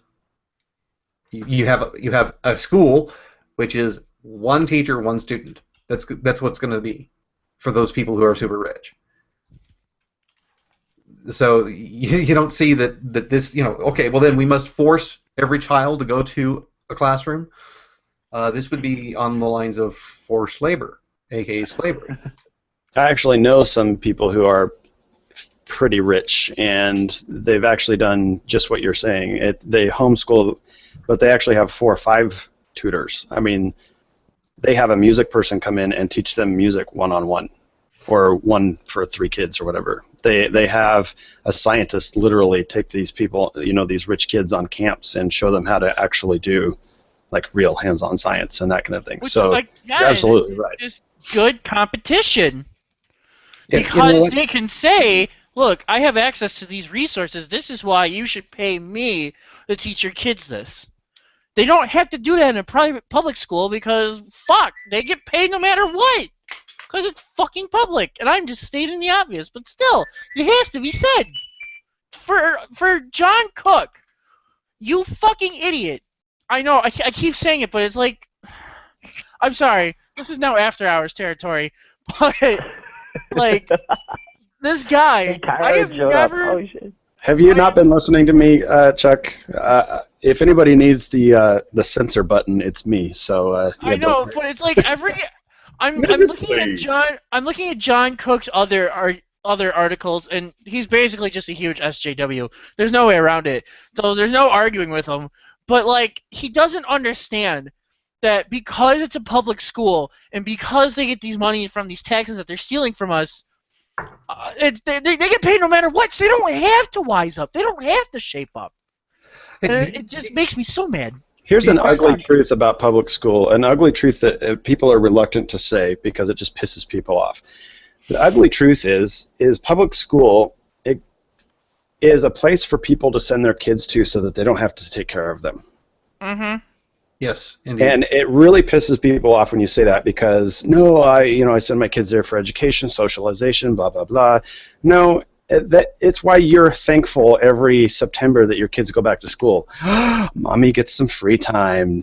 Daddy doesn't have to deal with running, this or that. It's an ugly truth that people are just not owning their shit. People need to own it. They had kids. It's their responsibility to provide an education or the means to that education. And in an ANCAP society, you wouldn't need to. You would have so many choices on how to do that.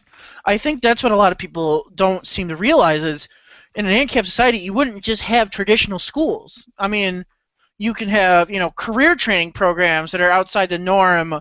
That adults get. We can have those for kids. Well, let's be clear. Not to sound like Obama, but my fellow Americans. To clarify, let me be clear. We have those options now. People need to fucking take advantage of them. But it's easier to send your kid to public school because you don't see the money that's being extorted for it. So it's somewhat painless to just send them off. I really think what we need to do is help people see that they have that option right now. I don't care how fucking poor you are. And I can say that. I can say that because I've been fucking poor. I've been homeless. So I know both sides of this coin. And people just need to own it. They need to own their own shit. And it can happen right now. We don't have to wait for an anarchist society. Parents right now need to own it.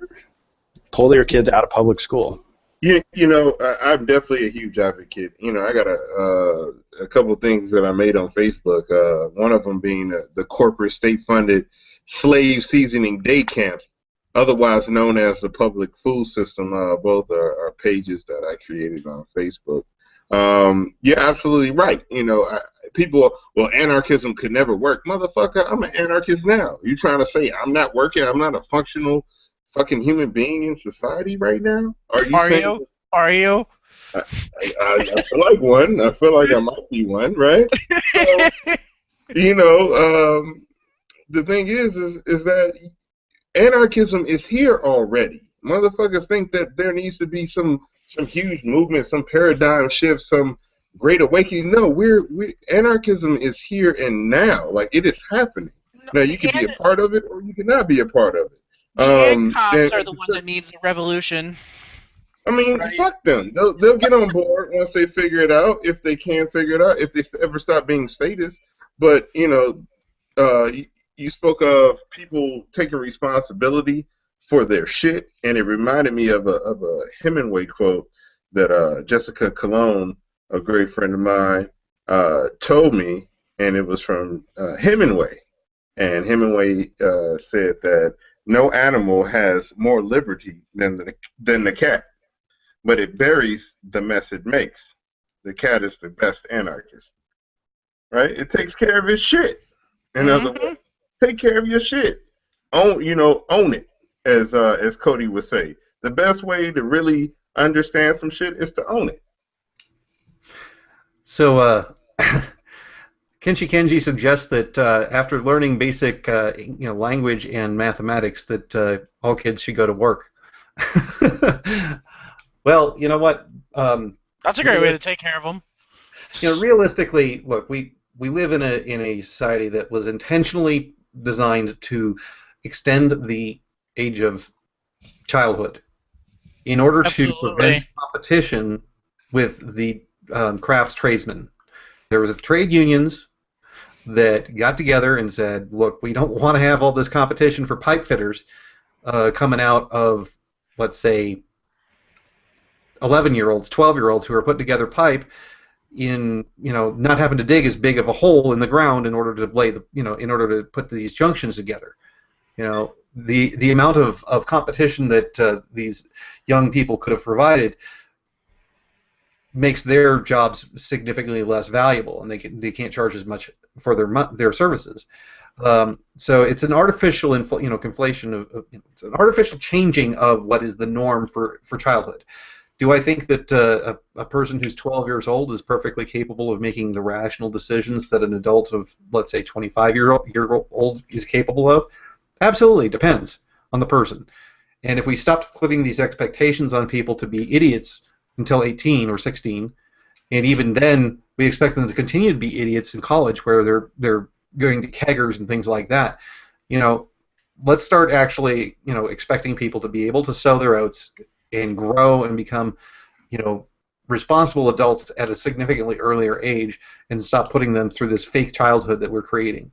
But absolutely, and responsibility and incentive go hand in hand. You can't take the incentive away and expect people to be responsible. Yeah, those two are inextricably linked. And this reminds me of this YouTube video I just saw posted on Facebook today of the 11-year-old kid running the front end loader. Has anybody seen that yet? I don't even know if it's in this country or whatever, but this kid is maybe 10, 11, and he climbs up into this front end loader. He can't even reach the pedal from the seat. I mean, he's a little kid, and he's running that front end loader like a freaking pro. I mean, he's taking gravel up, turning it around. He's not slow. He's running it like a pro. He's 11 years old. But is he being compensated for that? Nah, I doubt it, other than the joy of learning it at his age. Which might be enough. Which might be enough for a limited time, but of course that's going to burn out. I'm not saying forever, but for now, he's getting a valuable skill and experience. And I tend to agree with Kenshi Kenji in a way. This is how I've raised my kids. My kids can perform basic arithmetic and they can read really, really well. Actually, my 12-year-old can spell better than I do, for sure. But I didn't teach her that, and she's never set foot in a school, ever.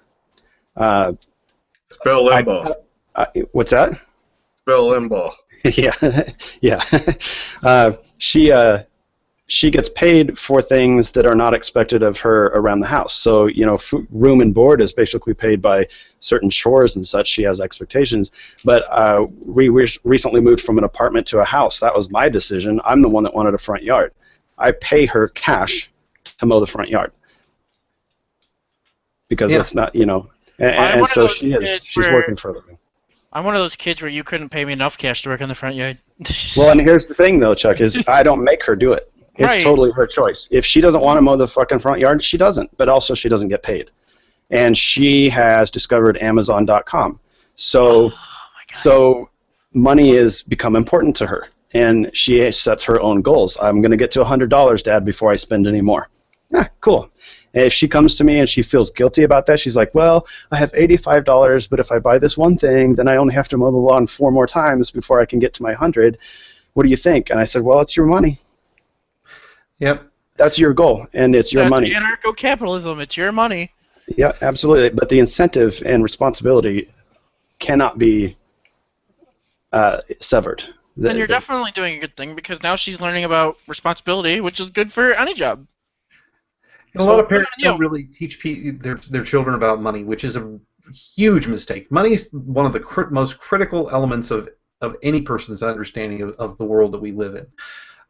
It facilitates trade. It makes scarcity go down significantly by providing the opportunity for people who have the stuff that one person wants that the other person doesn't want to still be able to trade.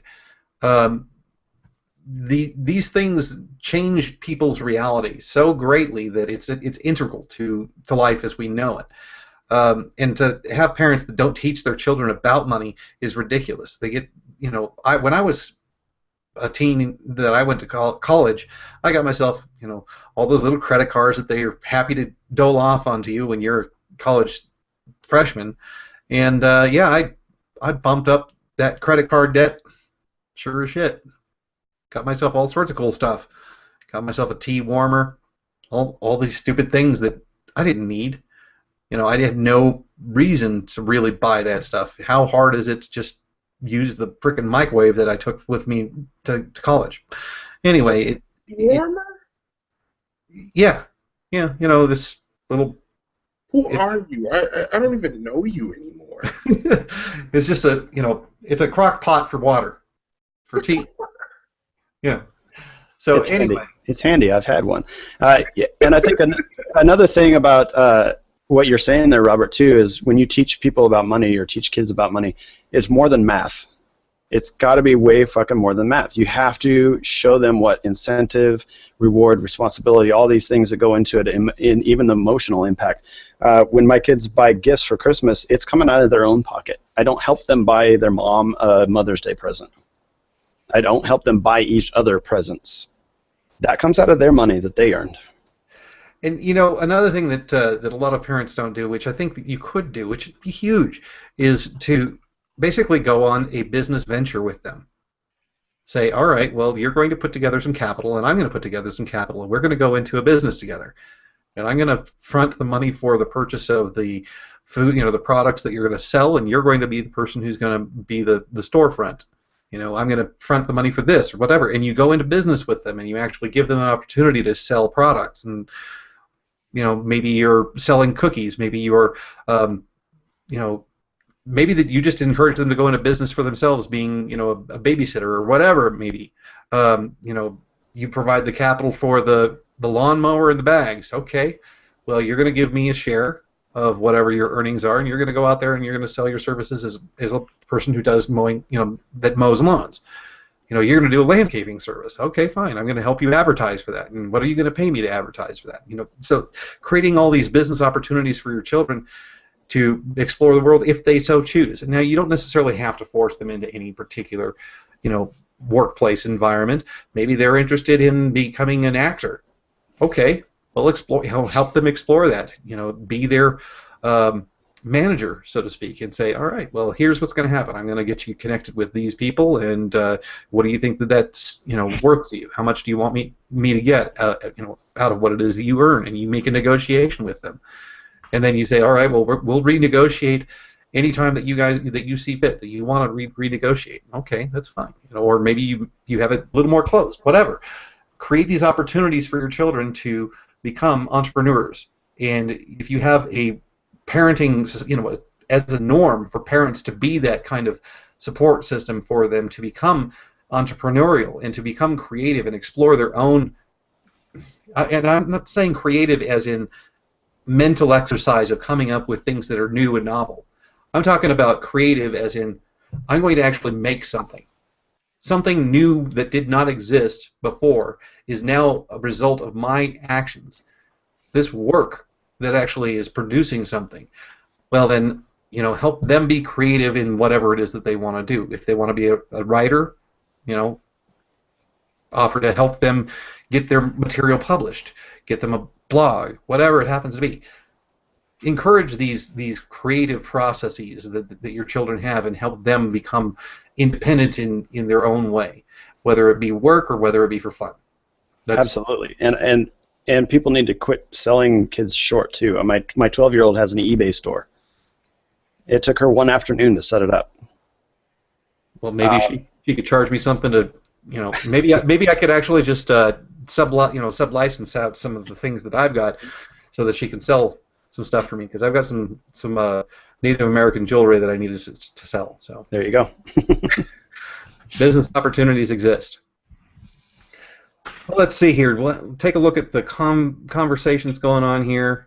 This conversation has gone a million different places. Yeah. Well, let's see here. That's how we roll. Yeah, they've kind of gone off on their own.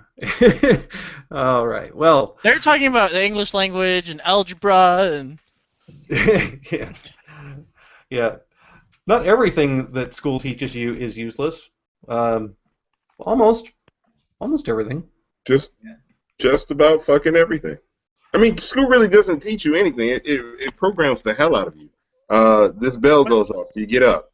You go to lunch. You learn how to be bullied, and you take the shit on the chin. Like, you don't really get a chance to sit down and really be in depth about what it is that you're really interested in. And even if you are, kids will fuck you up for being a nerd, for caring about anything other than what is on your outer facade, what shoes you're wearing or what pants you have on. Yeah, there's a lot of incentive to not be interested in things, and it's part of the very function of how the human brain is constructed on a physiological sense is that you don't remember shit you don't need to. If we remembered everything, we would be fucking nutcases. Our brain filters shit out that we don't need. So even if you're force-fed algebra for 4 years, you get out of school and don't use it for 4 more years, you haven't remembered shit. It was just a complete waste of life. And that any education that you get in school is pretty much throwing mud against the wall, and a little bit sticks, and the only part that sticks is the part they would have figured out on their own anyway, because they had incentive. It all comes back to incentive again.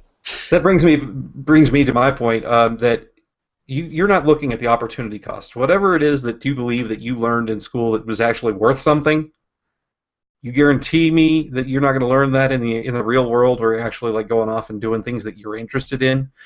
Would you have actually learned how to read a technical manual if you went off into some area of I don't know, let's say building computers at home because you're really into computers, that you wouldn't figure out how to do that without a teacher at a school that's indoctrinating you into governmentese?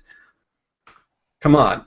Oh, yeah. It's not that hard to figure out that the RAM goes in the RAM slot, graphics cards goes in the PCIe slot, and it's like, I'm done. It's not that hard. It's like Brett and the toaster. Yeah, I'm in the process of rebuilding my Harley Davidson, and all I've had is a manual and Facebook. That's it. And somehow I managed to keep it running, Nice. The manual is half the battle. That's like 78% of the battle. Will you build me a Harley Davidson too? We could arrange something. Yeah. No, for free, obviously. I'm an ANCAB. Nope. So Michael Shankly kicked me off the network. I'm gonna have you guys. I want to have you guys explore another. We started to go into this, and I want to just explore it with you guys. I'm of the opinion, this is a kind of a radical opinion. I'm of the opinion that any child at any age can request, make an agreement, accept agreements to leave their parents and join another person as having them be mutual, whatever, relationship-wise. And that's kind of a radical position to have, that a parent, can have their parental rights essentially estranged from them by the child saying, you know what, I like Uncle Tom over here because Uncle Tom, that's a really good idea. Okay. Oh my God, I've got Uncle Chuck over here, and I'm going to go live with him. He's made an agreement with me that he's going to do this, that, and the other, and I'm going to do this, that, and the other, and we're going to have a happy relationship and move forward as he's going to be my guardian. That these opportunities would become prolific for people who believe that children should have opportunities that are presented to them where they're not forced into this family of origin type of crap where you've got a parent who's abusive, a parent who is demanding, a parent, let's say that you've got a parent who is insistent upon you becoming the next Mozart or the next, But Robert, isn't that what Child Protective Services is for? Yeah, Child Protective Services really does a great job of that. Last time I checked, they didn't take somebody from pot-smoking parents and put them with a person who ended up killing the child. Oh wait, they did. So yeah, they're not a good example of that. Now, but Robert, who will build the roads for the children? Yeah, we've already figured that one out. So, I mean, realistically, it never gets old though. So, Robert, not only am I for it, I've practiced it. I actually practice exactly what you say. If my kids wanted to leave, here's the catch: I'm not going to financially support their leaving. Oh yeah, of course. So as long as they want my support, they are here, and my kids love their life. I mean, they don't want to leave. But I've had 2 nieces and a nephew all move in with me at various points because they saw that they had more opportunities living with me and my wife than they did their own parents. Can I move in with you? You want to move in? We've got an extra bedroom and Wi-Fi, but it's not always reliable. So. Oh man, yeah, nope. As soon as you said unreliable Wi-Fi, I'm out. It's Comcast. Out. It's Comcast. What can I say? I'm fucking out. Fuck that shit. All right, so the obvious question then comes up, what about the pimp who tries to get young girls at the age of 11, 12, 13, whatever, to jump ship and join him, and he offers them, hey, you know what, I'm going to get you, let's say, a job that pays you $60,000 a year. Hey, and 60 stacks a year.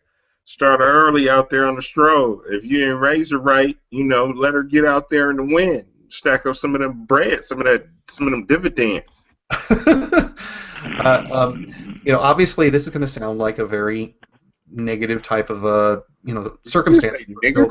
For 11, 12, 13 years old. I mean, the reaction you're going to get from most people is going to be, well, that's ludicrous. That's horrible. I can't believe that you would advocate for, child prostitution.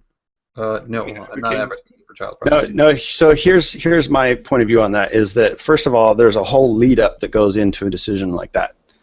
Obviously, things are worse with their parents than they think it's going to be with the pimp, and so. That seems to go without saying, but it reminds me of an analogy I just read about how people look at the industrialization of America as being this big negative thing, and people put in sweatshops, and we needed minimum wage, and we needed an 8 to 5 working hour, and we needed the labor unions and all this bullshit because people were being abused. Well, why were they willingly leaving farms and going to the cities to work in sweatshops? It's because the sweatshops were better than what they had on the farm. They willingly moved into the cities because they were making more money in less time in the cities than they were trying to barely fucking make it surviving on a farm, right? And so you're poor there, there because you're a child. Wood farms. Okay, you guys overlapped there. Kyron, you're first, and then Garrett, go ahead and I jump was on. I was just supporting Cody's point of saying, and who knows what was going on in those backwood country farms, where no one can hear you scream. Yep, exactly. Um, well, Garrett, go ahead and say your dumb comment.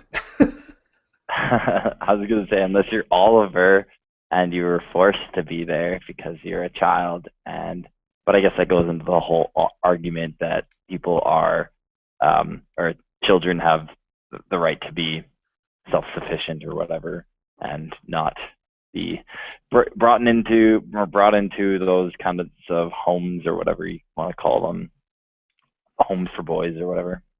Yeah.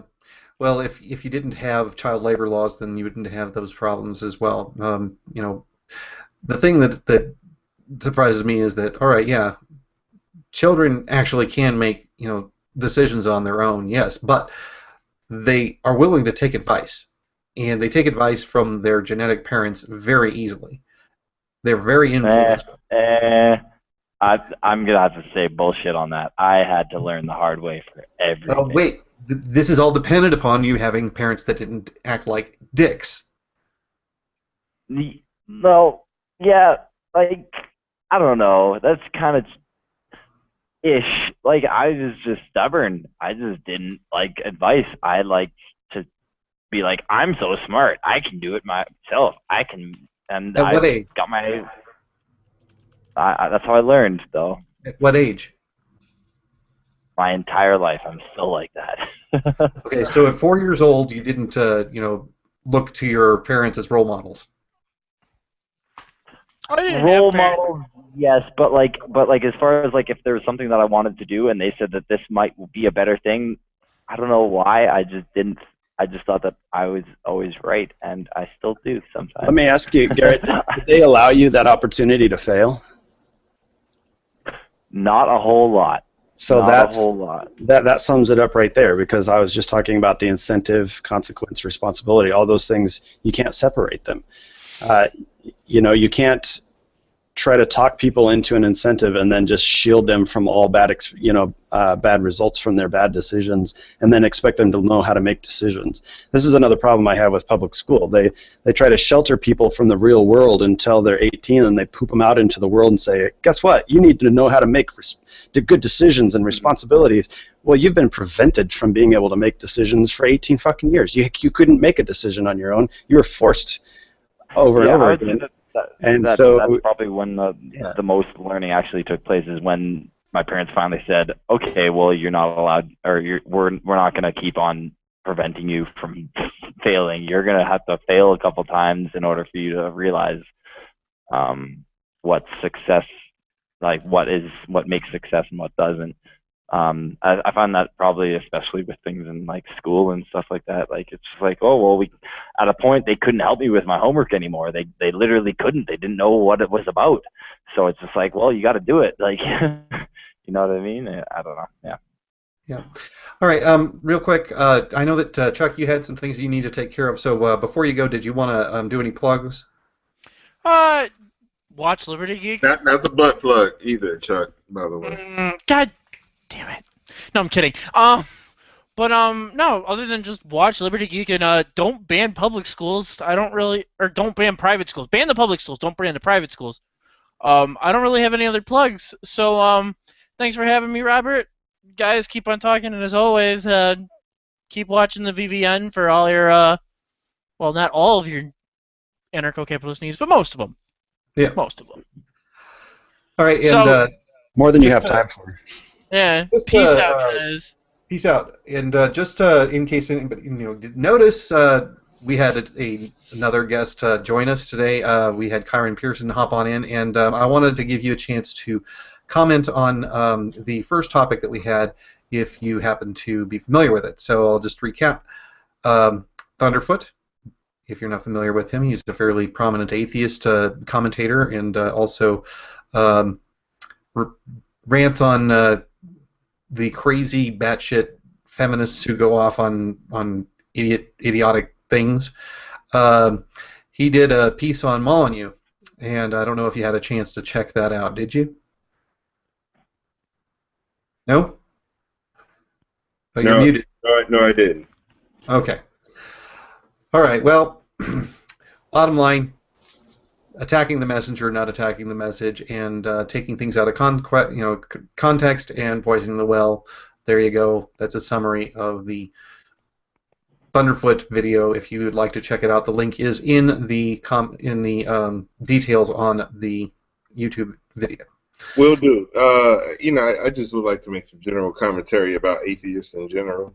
I myself, at one point in time, consider myself an atheist. I mean, I still technically am an atheist in the sense that I don't believe that there's a God. Not that I need to, because there isn't enough evidence to prove that there is one. But as far as just being someone who is still religious, I feel like atheists are probably some of the most religious people out there.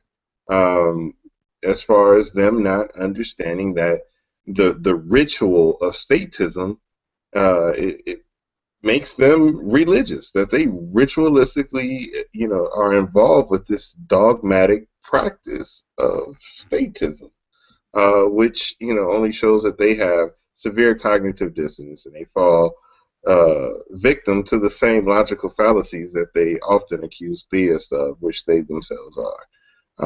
I don't know if that is related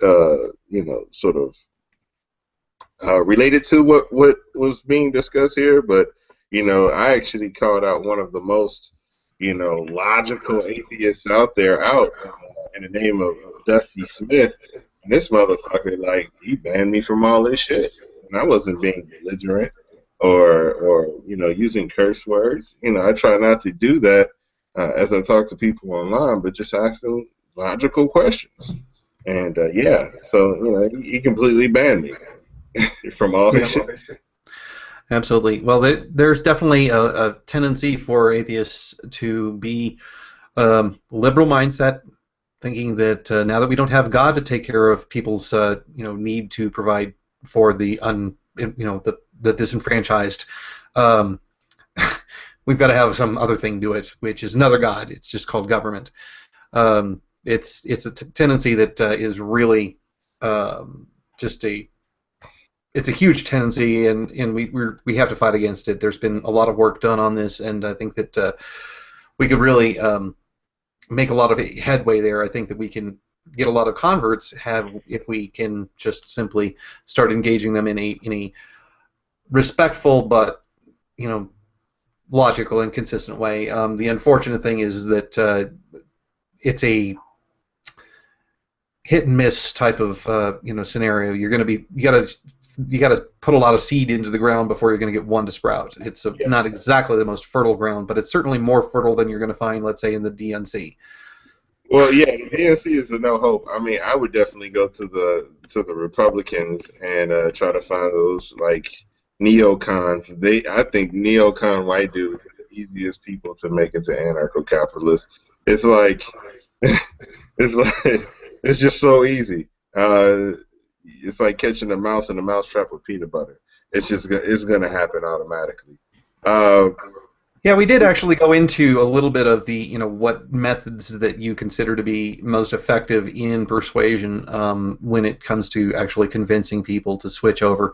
In your experience, Kyron, have you had success in persuading somebody who is, let's say, a liberal to become a minarchist or an anarchist? I don't know about a liberal. I'm pretty sure I got a libertarian to go, but I think that the amount of information I put on my Facebook feed, I'm pretty sure that there's a lot of people who are now anarchists, who are consistently liking the things that I put up, and who hadn't before, just because I just beat them over the head with all of this information, and I think that they're able to snap out of the cognitive dissonance that they've always known their whole lives.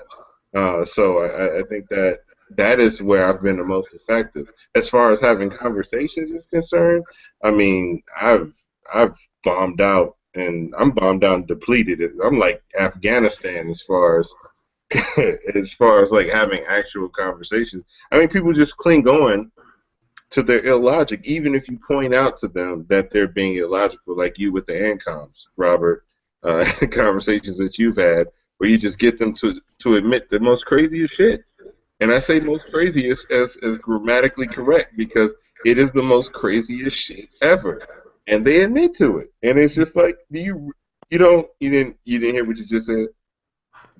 Well, yeah, there have been quite a few that have come onto the anarchist experience, and some of the things that they say are, a little bit off. Like A lot of in our most recent one, we had an ANCOM basically say, "Well, why is it legitimate that you own 100% of the fruits of your labor?" Really? Because slavery. Even a percentage, 1 or 2, 10, 20%, it's all right. A little bit of slavery goes a long way. It's good stuff. That kind of thing. Then also somebody saying, well, it's coercion to tell somebody what it is that you want from them if you're going to maintain the relationship. Maybe it's coercion, I suppose, in the most generalized term, perhaps. Seems a little bit far-fetched, but whatever. Just kind of funny. Anyway, let's see. Were there any topics that we didn't get to that anybody wanted to discuss before we call it a night? No? Anybody? No? Give me a second. I had a couple things, but okay. I'm in my second glass of whiskey. Hold on. All right, and then this is also a call out to people who are in the chat. Please, if you have anything that you wanted us to go over that we didn't address, please make it known right now so that we can get to it before we end the show. Otherwise, we're gonna deal with what it is that Cody had to think about and talk about, and then we're gonna call it a night. So, so if you want to go down the rabbit hole, Robert. It's gonna have to be a new video down the Robert hole. Crazy. Untold Anarchy Online. We have been talking about one side of the coin, which is cognitive dissonance between for atheists who are statists. But I've also seen a couple posts recently from Christian anarchists. And I just wanted to get your guys' thoughts on that. Like, how can you think, and I guess Jeffrey Tucker would be probably the most famous example of this, but there's also people on this channel who have like the Christian anarchist experience, that kind of thing. So just curious that if you think that that's an important topic, or if it's not even worthy of discussion, or if you see some problem creeping up with that. I think that in my case, I can't really argue very well for it. I mean, I have, in fact, I don't know, I've talked to a person who is a creationist, and I was able to explain to them, look, why is it that you're a creationist when the Bible says that it's not that way? And explain to them why the Bible actually does say that evolution happened, and you can show it to them. And they're like, well, I didn't really think about it that way. Yeah. It's there. If you look in one of the creation stories, the way that things go is basically the Big Bang happens. God said, "Let there be light." Well, that's the Big Bang right there. And then it said God created these things, not said, "Let there be." Well, it's a creative process. It's not a instant bang. There it is. The word that was used actually in Hebrew was written as a creative process. It is a growth, a manipulation of things and formations of things and turning things and converting them and so on. It's not a let there be bang. There it was. So I was able to do that. Well, when it comes to trying to deal with the people who are Christians who are saying, all right, well, we need a government to blah, blah, they've got things that are in the Bible that actually say, yes, you should have, you should pay. There is no government in power that God does not want to be in power, something along those lines. It kind of makes you wonder, when you read that section of the Bible and it says that, how do you explain Hitler? Your God's kind of a dick. But it's not an argument that I can really engage in. I was an apologist for a while, thought about going into seminary and stuff like that. So, yeah, I've got a good understanding of what some of a lot of the things that are in the Bible. I've read it 3-4 times, but it's not an argument that I can make anymore because I figured out that the God in the Bible is a dick, and I don't want to I don't want to try to espouse dickish ideas. So I can't do anything with it. I saw where Berwick was talking about spirituality and talking about sort of the he had this guy who was trying to become mayor of some California city, a young guy, anarchist, who converted to Islam, who claims he was an atheist before.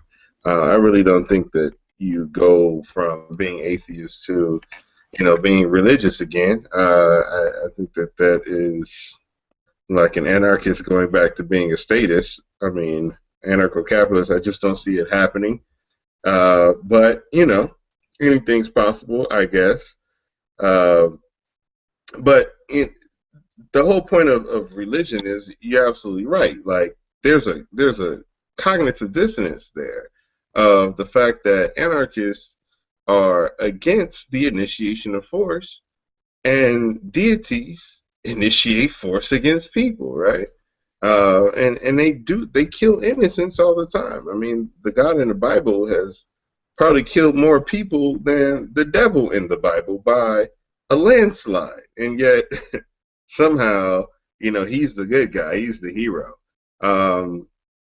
And there was a verse in the Bible, or part of the Bible, I forget exactly which part, in which Jesus is saying basically, don't pay taxes, give them money back. I've shown you how to live in such a way where you don't even need money.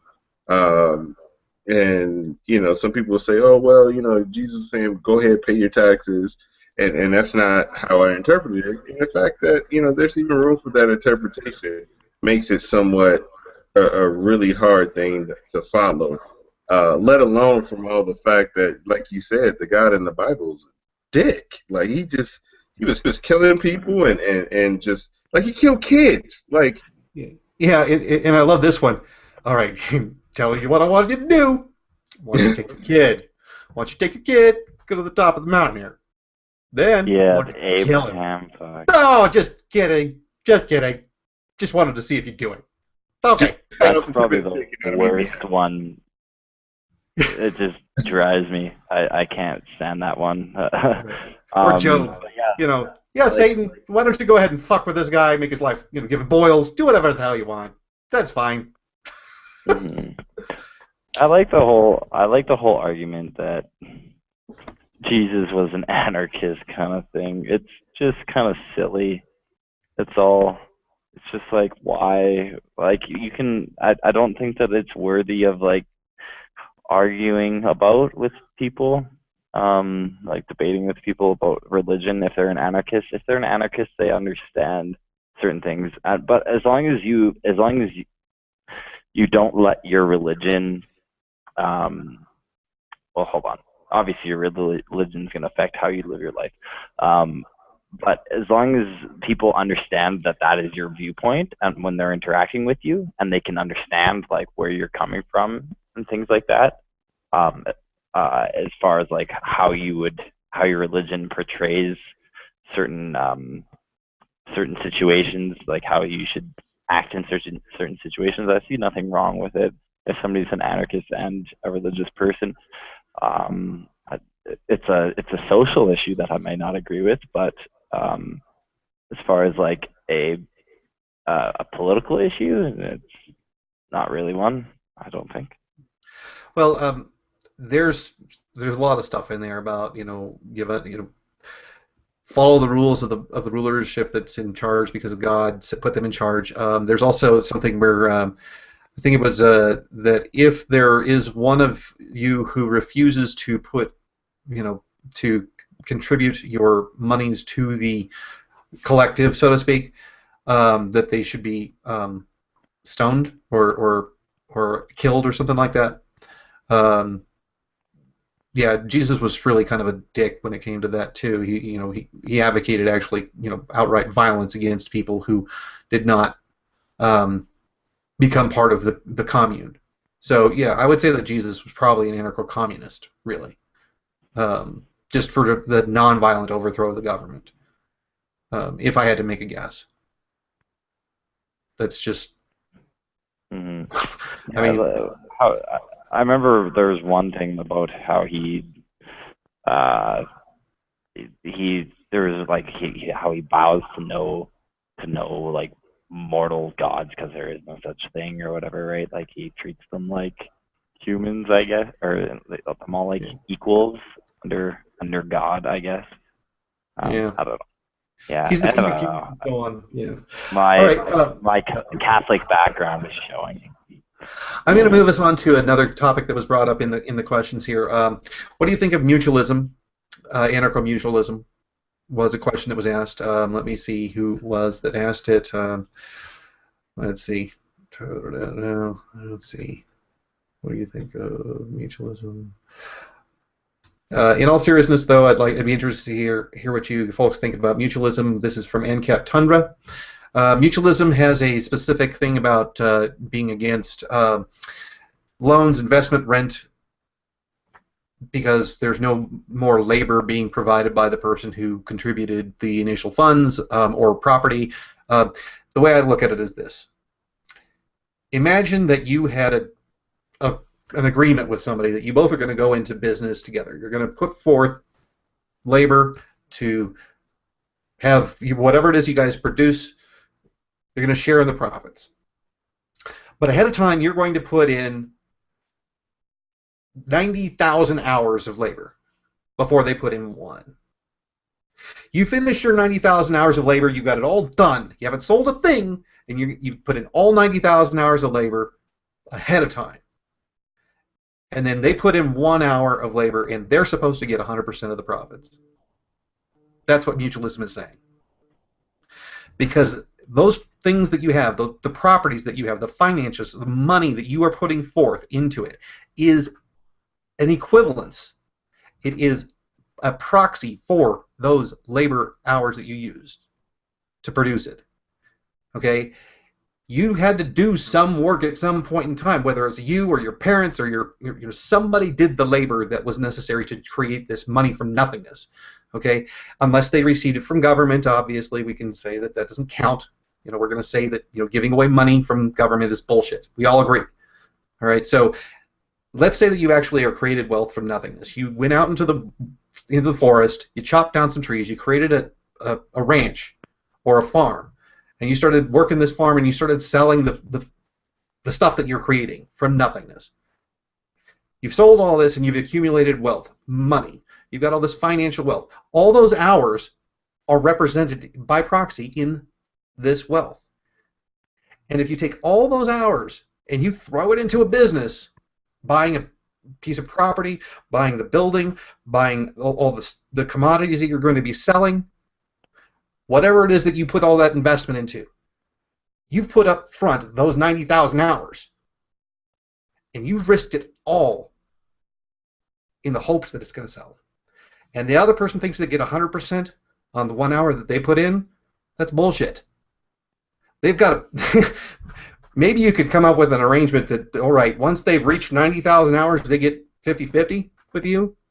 But until then, they're way behind. They should be dick compared to you. That's fair. That's fair.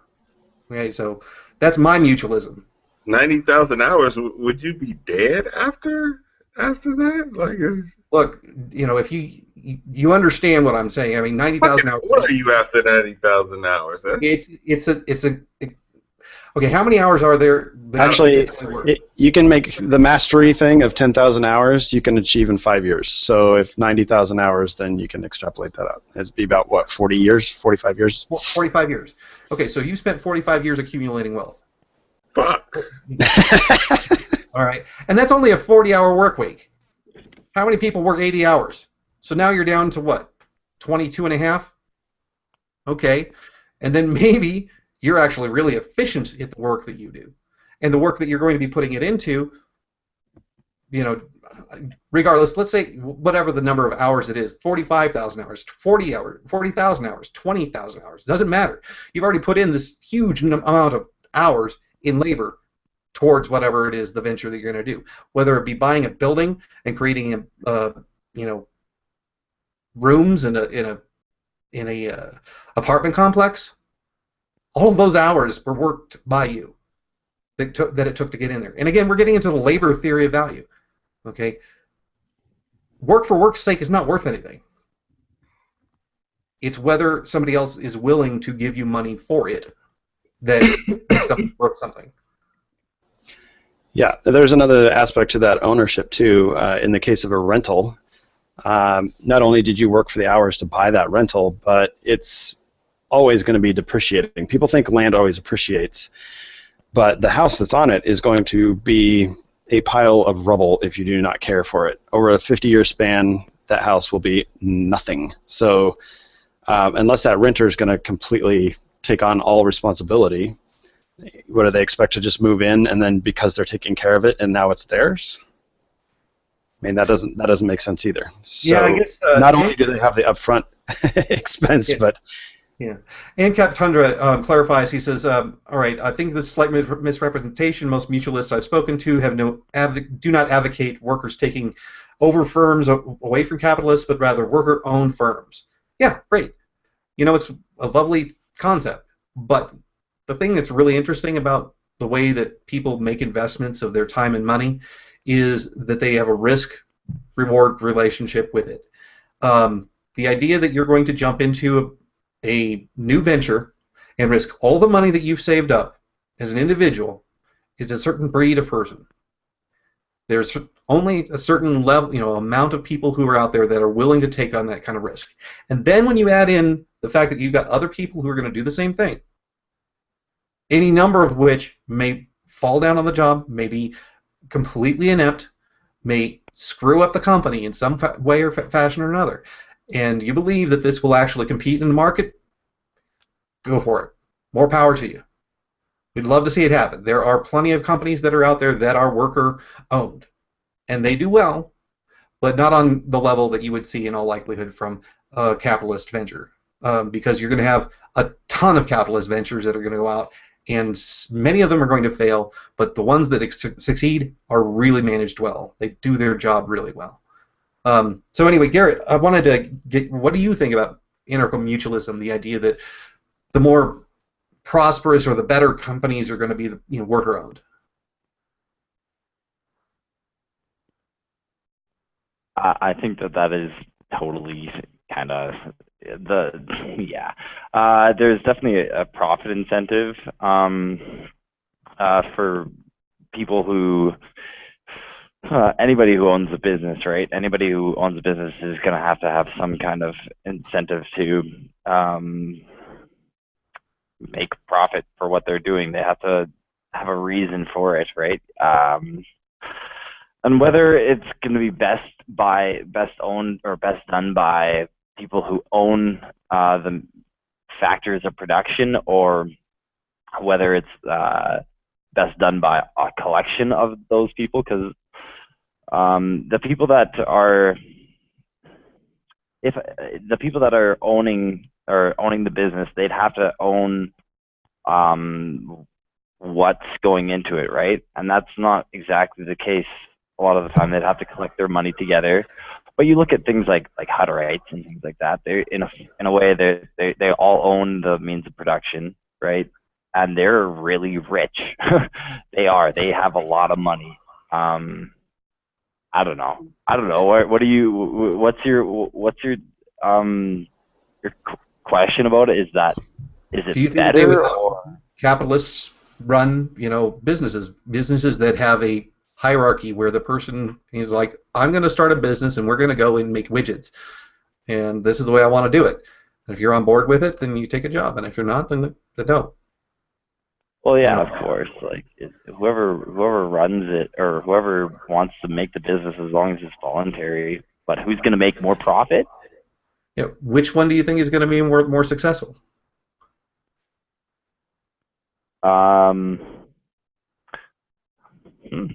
I don't know. I don't know. I wouldn't. I can't make that judgment. It depends on what your value of success is, and who's the one in being getting the most success out of it. Of course, if everybody owns the means of production, right, they're all gonna raise themselves up at the same rate, and they're all gonna split that wealth equally, right? Maybe not. And No. if you have it, Well, they might have, established in their rules from the beginning that said, all right, if you put in this many labor, man hours of labor, we're going to base it upon the man hours you put in. Or if you come up with an innovation, then you get to, include 10% overhead on any proceeds that innovation provided. They can do all sorts of things. So realistically, okay, yeah. I guess the thing that I would say is that it's the amount of diversity that is going to occur when you have a business being run by an individual as the head of the business versus having a committee-based voting system of how the business is going to be run. The amount of diversity you're going to get is going to be highly diverse in the former, where you've got an individual, and you will have far greater number of bankruptcies and losses that completely just don't do anything, but then you'll have those that just exceed performance levels that because of the person being exceptionally skilled at figuring shit out. Whereas the homogenization that you're going to get, the problems with people having groupthink that occurs in a committee type based decision, it's not going to be as successful. Kyron, any input on this one, or do you want to move to the next topic? Not necessarily that way, though. It's not necessarily like you could have a bunch of smart people together working for it, but I wouldn't say it's because that there's one person who's going to be able to run the business so much. I'd say that it's more of a dilemma between the individuals of that thing. Then they have to look at each other and think, hey, well, if I only put this much in and I only get this much out, then there's no incentive for me to put this much more in, right? I'm saying like a security dilemma kind of thing, or whether it's profitable for them to make the business work anymore, whether they want it to are willing to let it fail and get out while they can, is another thing, because if somebody else gets out, then it puts more pressure on them, right?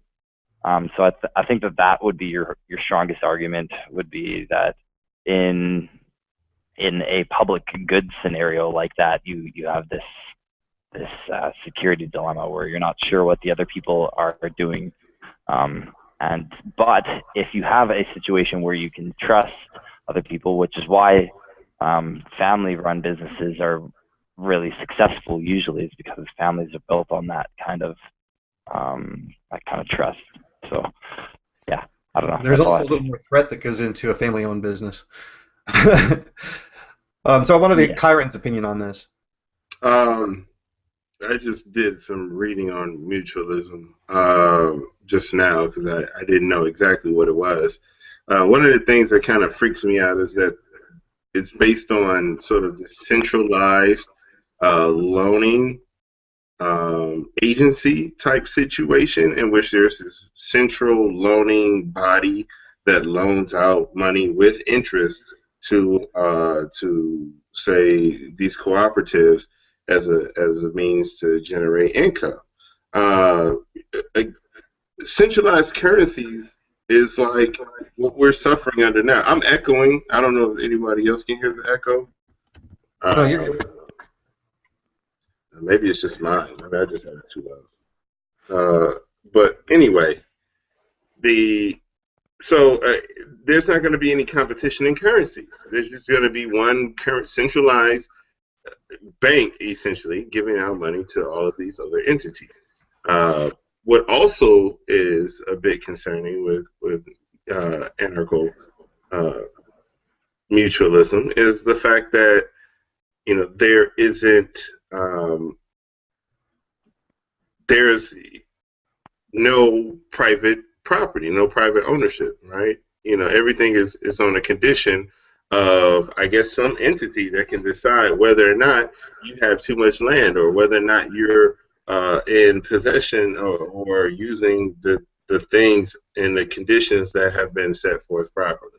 So if you have some land and you say aren't using it according to the terms that that have been sort of like agreed upon, sort of, then they can take it from you. Yeah. Which, you know, well, that's a claim of ownership, actually. I mean, if they can say you're not using the land we want the way that we think is best, then we actually own the land because we can tell you what to do with it. Ownership is a determinant of who is the final decision maker regarding its use. Right, and so there's a centralized entity that is making the decisions. I mean, you know, in anarchism, I thought it was to get away from these sort of centralized, you know, systems in which there could be an initiation of force that is somehow validated through basically the logical fallacy of being popular, right? If everyone agrees to it, then it must be right. Rulership by popularity. Also wanted to make a quick point on this. Let's assume that we've got a mutualistic business. We've got 20 of them, 100 of them, thousands of them, whatever. In one particular one, this particular one, there's a guy whose name is Joe, and he talks to Cody, and he says to Cody, hey, you know what? Looks like this business is going someplace. We put in a lot of effort, a lot of work, and so on, but I've got some good ideas that I'd like to put into effect, and you're not on board with it. So what I'd like to do is I'd like to give you a deal. I'll buy your share of the business. What do you think? Sound like a good idea? All right, I make him an offer. I buy it. Do the same thing with Garrett. Do the same thing with Kyron. And now I own the business. Now I'm the single owner of this business. Mutualists have a problem with this idea. But if it was Cody's to sell, you know, if it was Cody's to own, it was Cody's to sell. If it was Garrett's to own, it was Garrett's to sell.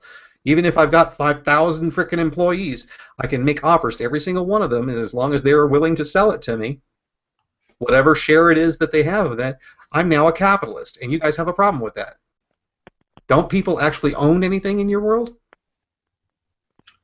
Yeah, actually, anarcho-capitalist.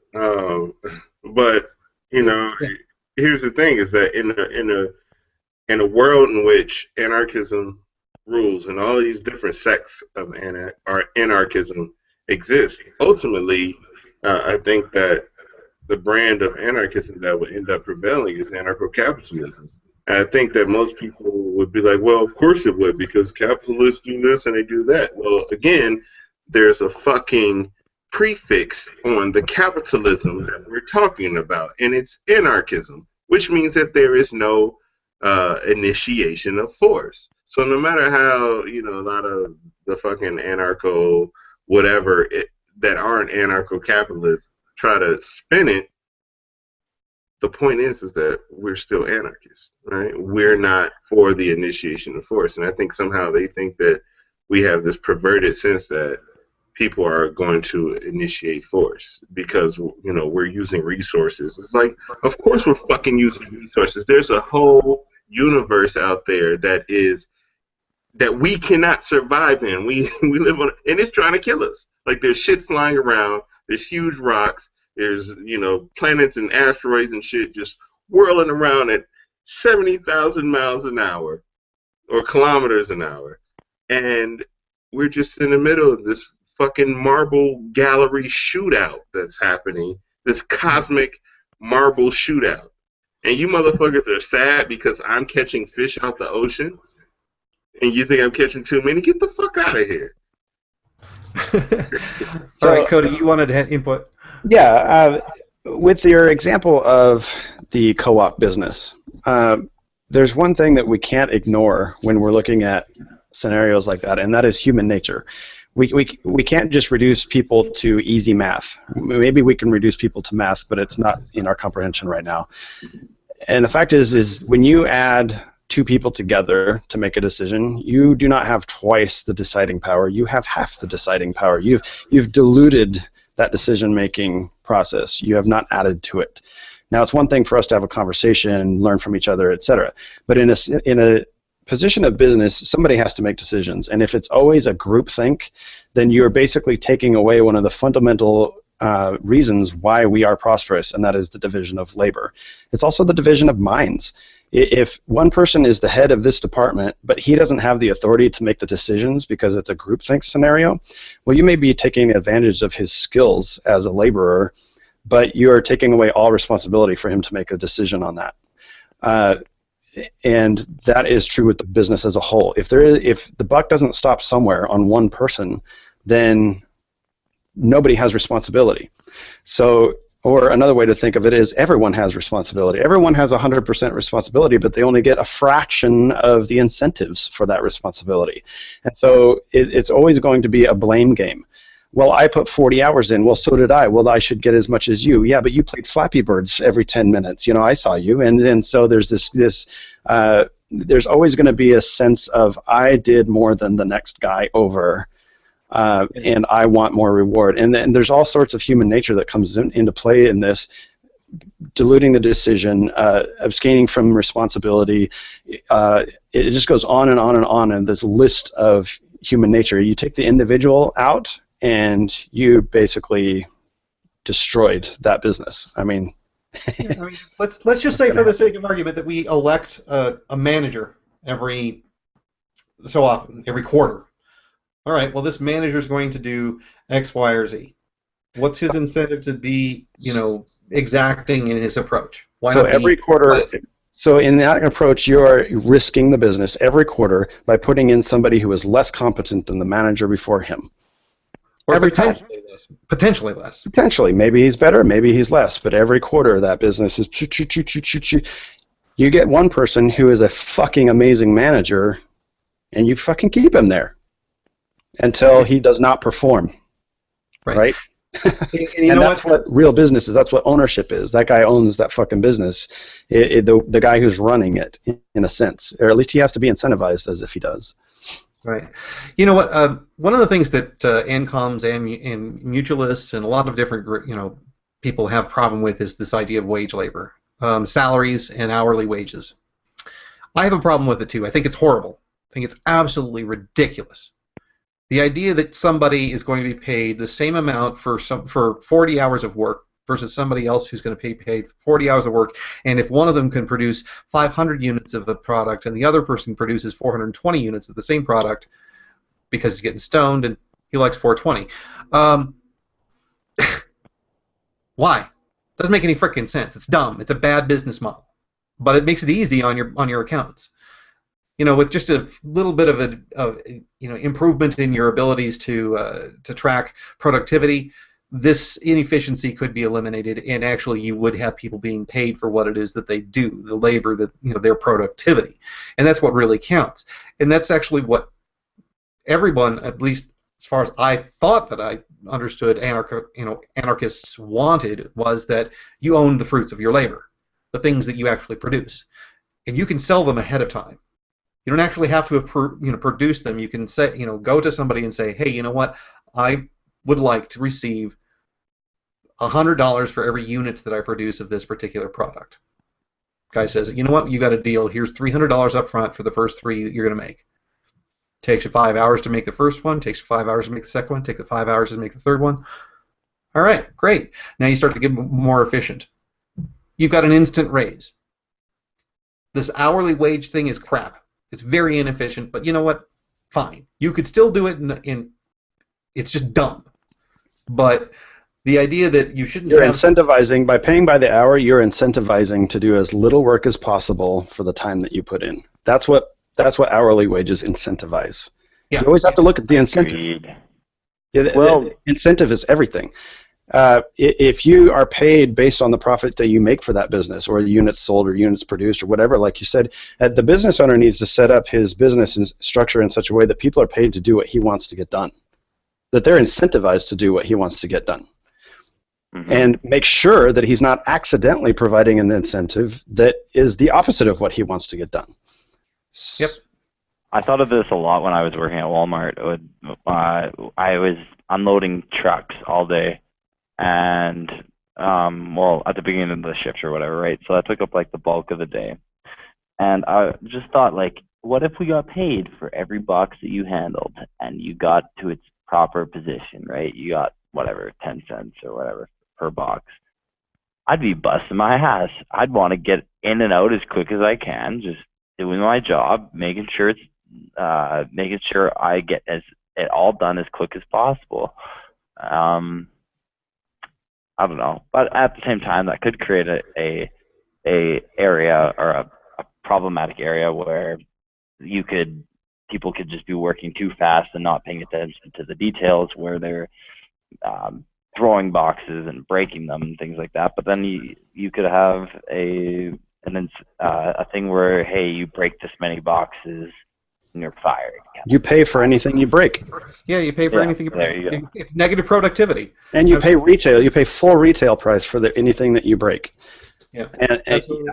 I mean, there's an easy fix for that. I'm actually going to start implementing this into my gym. I'll let you guys know how it goes, even down with our members, not just the employees. I'm going to try to incentivize every behavior that I want. So for journaling your workout, you get a point. You get points for doing these things, and these points can be spent in our store or for gym membership or whatever. So people who journal are going to make better progress than people who don't journal, and so we will be incentivizing better results, and those better results will help with retention. This is my theory. I also want more referrals. So if you refer somebody to my gym, you get a third of whatever that person signs up for. You get it perpetually every month. As long as that person remains a member, you get a third of what it is. In other words, if you refer 3 people, you get to train here for free. Yeah. And so I'm basically building in financial incentives to do the things that I want our members to do, instead of pleading with them, God, why don't you get your journal out? I know you'd make better progress if you instead of begging for it. And I'm going to try to set up the system all the way up through all of our managers. And in a funny sense of irony, this actually is giving ownership of my business to my employees, because each one of them are going to be an independent contractor based, and they're going to get paid on their productivity. So in a sense, they all become business owners. Yep. I will not have any employers, or employees, I should say. They all are business owners of the very small piece of my business. Exactly. Of course, the only difference is I get to tell them to leave if I don't like the performance enough, if I think somebody else can do a better job. But other than that, they own that little piece of that business. So ironically, it actually gives back to the ownership that these mutualists are seeking, I think. Yeah. So there's going to be one last question before we call it a night. I'm going to try to wrap up before midnight. Or at midnight. The question is from Kenji. Is self-defense only valid to prevent the crime while the crime is happening? Once the crime is committed, does self-defense extend to retribution? Well, I'll touch it. Go for it, Karen. If someone comes and steals your car, right? Don't you have the right to take your car back using the same, if not more, force than they used initially against you to escalate it one level above? I think that's how it typically works, right? If you want to get your car back, like you should be allowed to use force to get your car back. If they pulled out a gun on you, like. I'm having a problem with the way that you're phrasing it, Kyron. There's no allowed. I mean, not allowed, but like, it's my shit. Like, I'm not a slave, right? It's like it would be analogous to someone saying, all right, this car costs $30,000, which for you is a year of work. So if they came to me at the beginning of the year and put a gun to my head and forced me to go and work for a whole year, right, is basically what they've done. So yeah. I have the right at any point in time, I feel, to protect myself, to get that year back. Let's say if they did that, like, I have the right to use just as much, if not more, force to get back what was taken from me. I think maybe an analogy that might be closer to what he is asking, correct me if I'm wrong, Kenji, but if somebody comes in and kills your daughter or rapes your daughter, could you a week later find that motherfucker and shoot him in the head? Would that be consistent with the NAP? Yeah, he asked specifically about that, yeah. Yeah. And- Okay. Yeah. I think he was asking more specifically about defense, and not so much about No, the no, NAP. no. He's talking about exactly what Cody's talking about. Did he say Yes. NAP though? Yeah, okay, never mind. You know, Robert, we talked about this when I was down there with you. You know, here's the thing: is that once you've decided to do those things, then you no longer subscribe to those rules and regulations, right? Yep. Yeah, So at that fucking point, like you're open game, you're a free target. Like anybody who wants to do anything to you can and will, because you no longer say I subscribe to the idea that raping people is wrong. I no longer subscribe to the idea that enslaving people is wrong or murdering people is wrong. Right?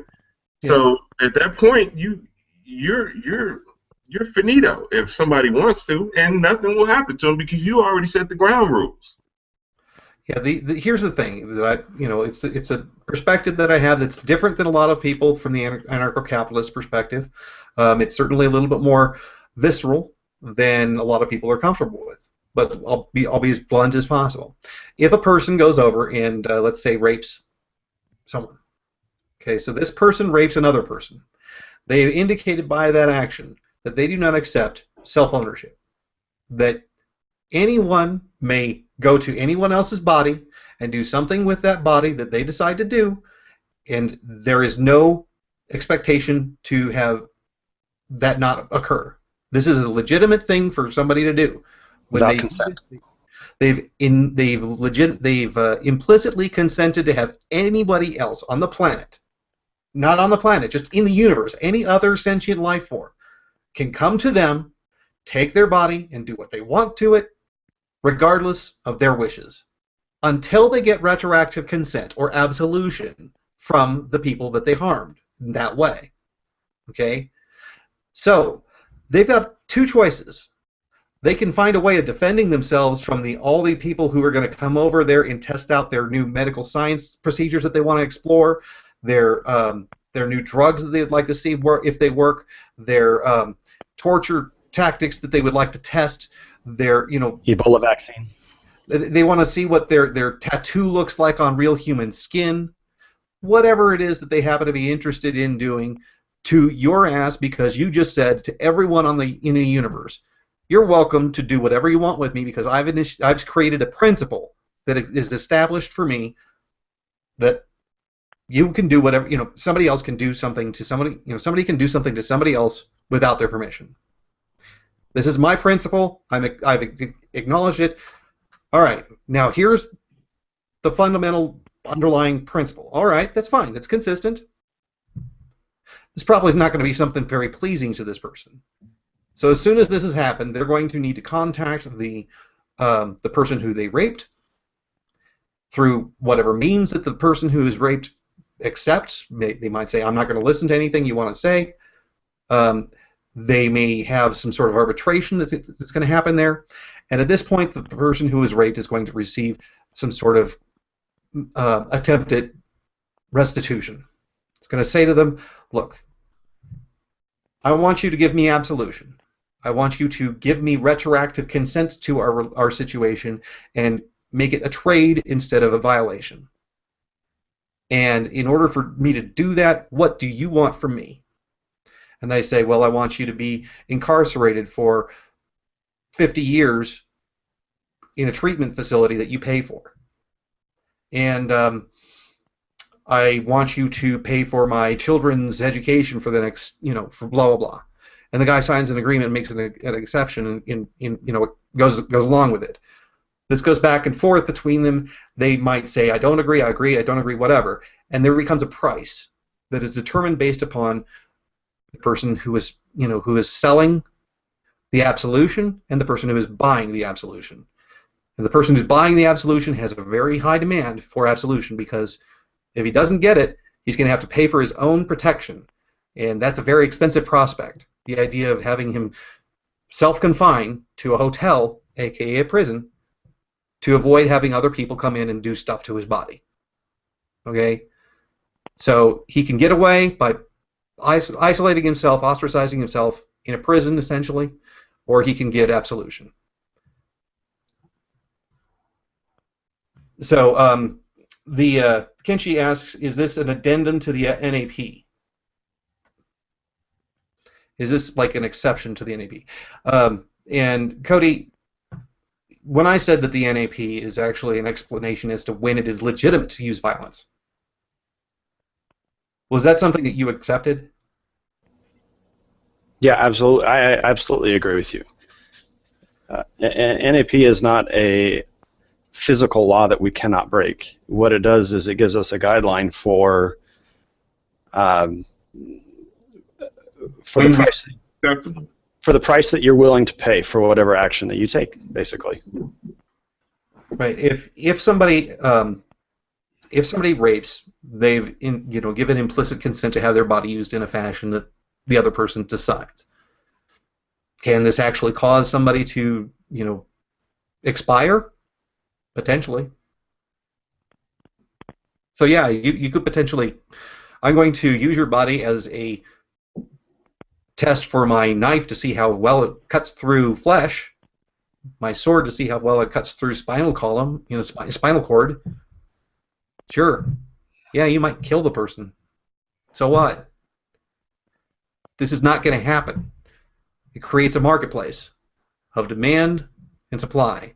The supply being absolution, which is a fairly limited, there's only like one person who can offer absolution, and a very high demand, which is the person who's going to demand it. But it doesn't even have to be proportional. Look, the non-aggression principle is an explanation as to when it is legitimized to use violence. When is it legitimate to use violence? All right. So somebody's going to aggress against you. It's now legitimate to use violence. Then and forever. Until the aggression has been converted into a trade.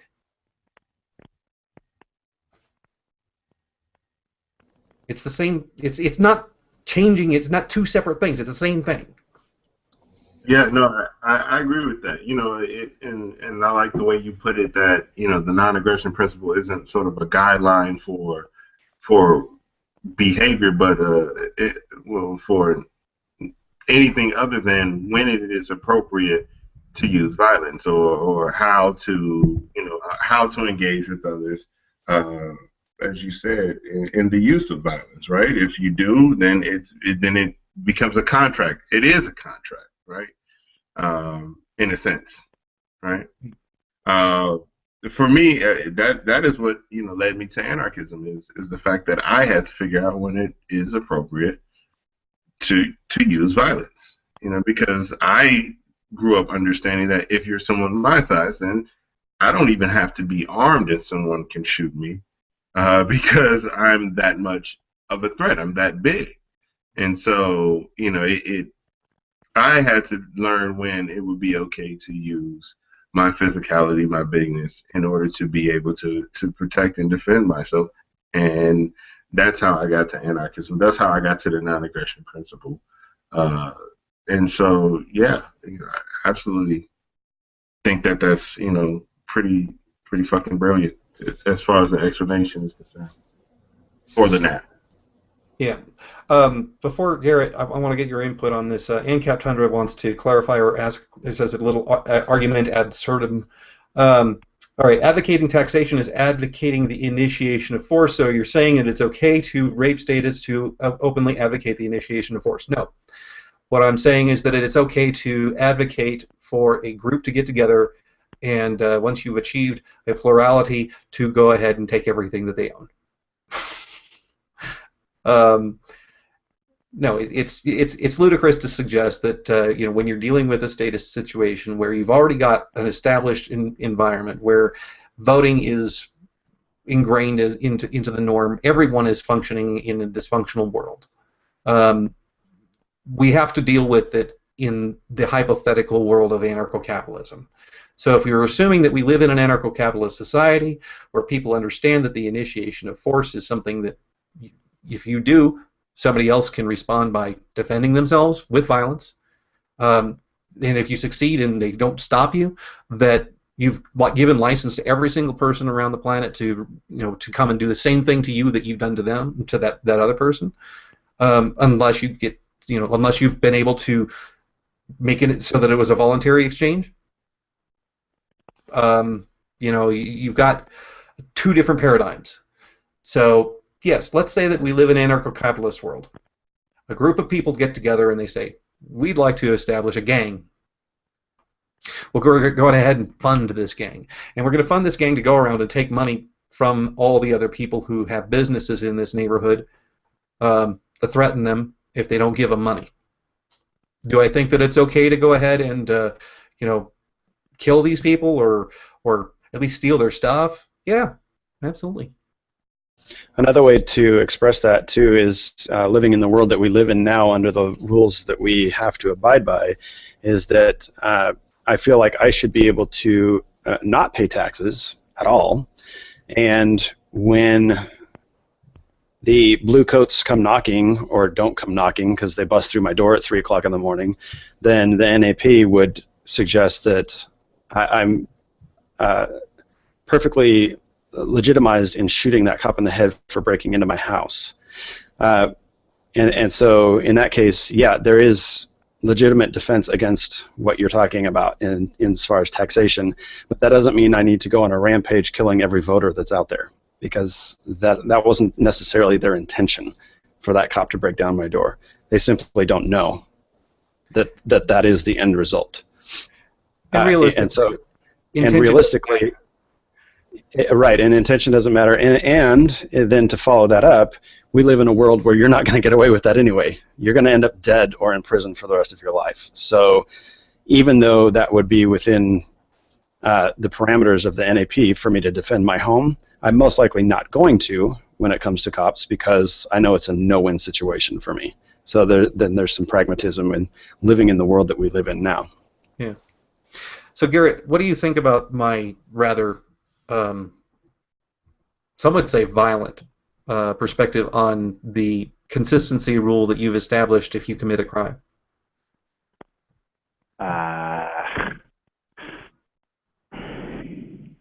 Restate it quickly here. Okay. If you steal, unless you have gotten absolution, aka retroactive consent, from the people that you've stolen from by offering them some sort of thing of trade or by begging their forgiveness or whatever, you have created a rule that you accept for yourself, an implicit contract that says, everything that I own, can do it for you. Anyone can take my stuff because I do not accept ownership of property. It's the whole do unto you as you want others to do unto you adage, and whether that's a justified kind of thing. If that's right, if that's what you're kind of saying. It's not exactly the golden rule. It's kind of a twisted version of it. Yeah, it's definitely a tainted version of it, I would say. I don't know. I don't.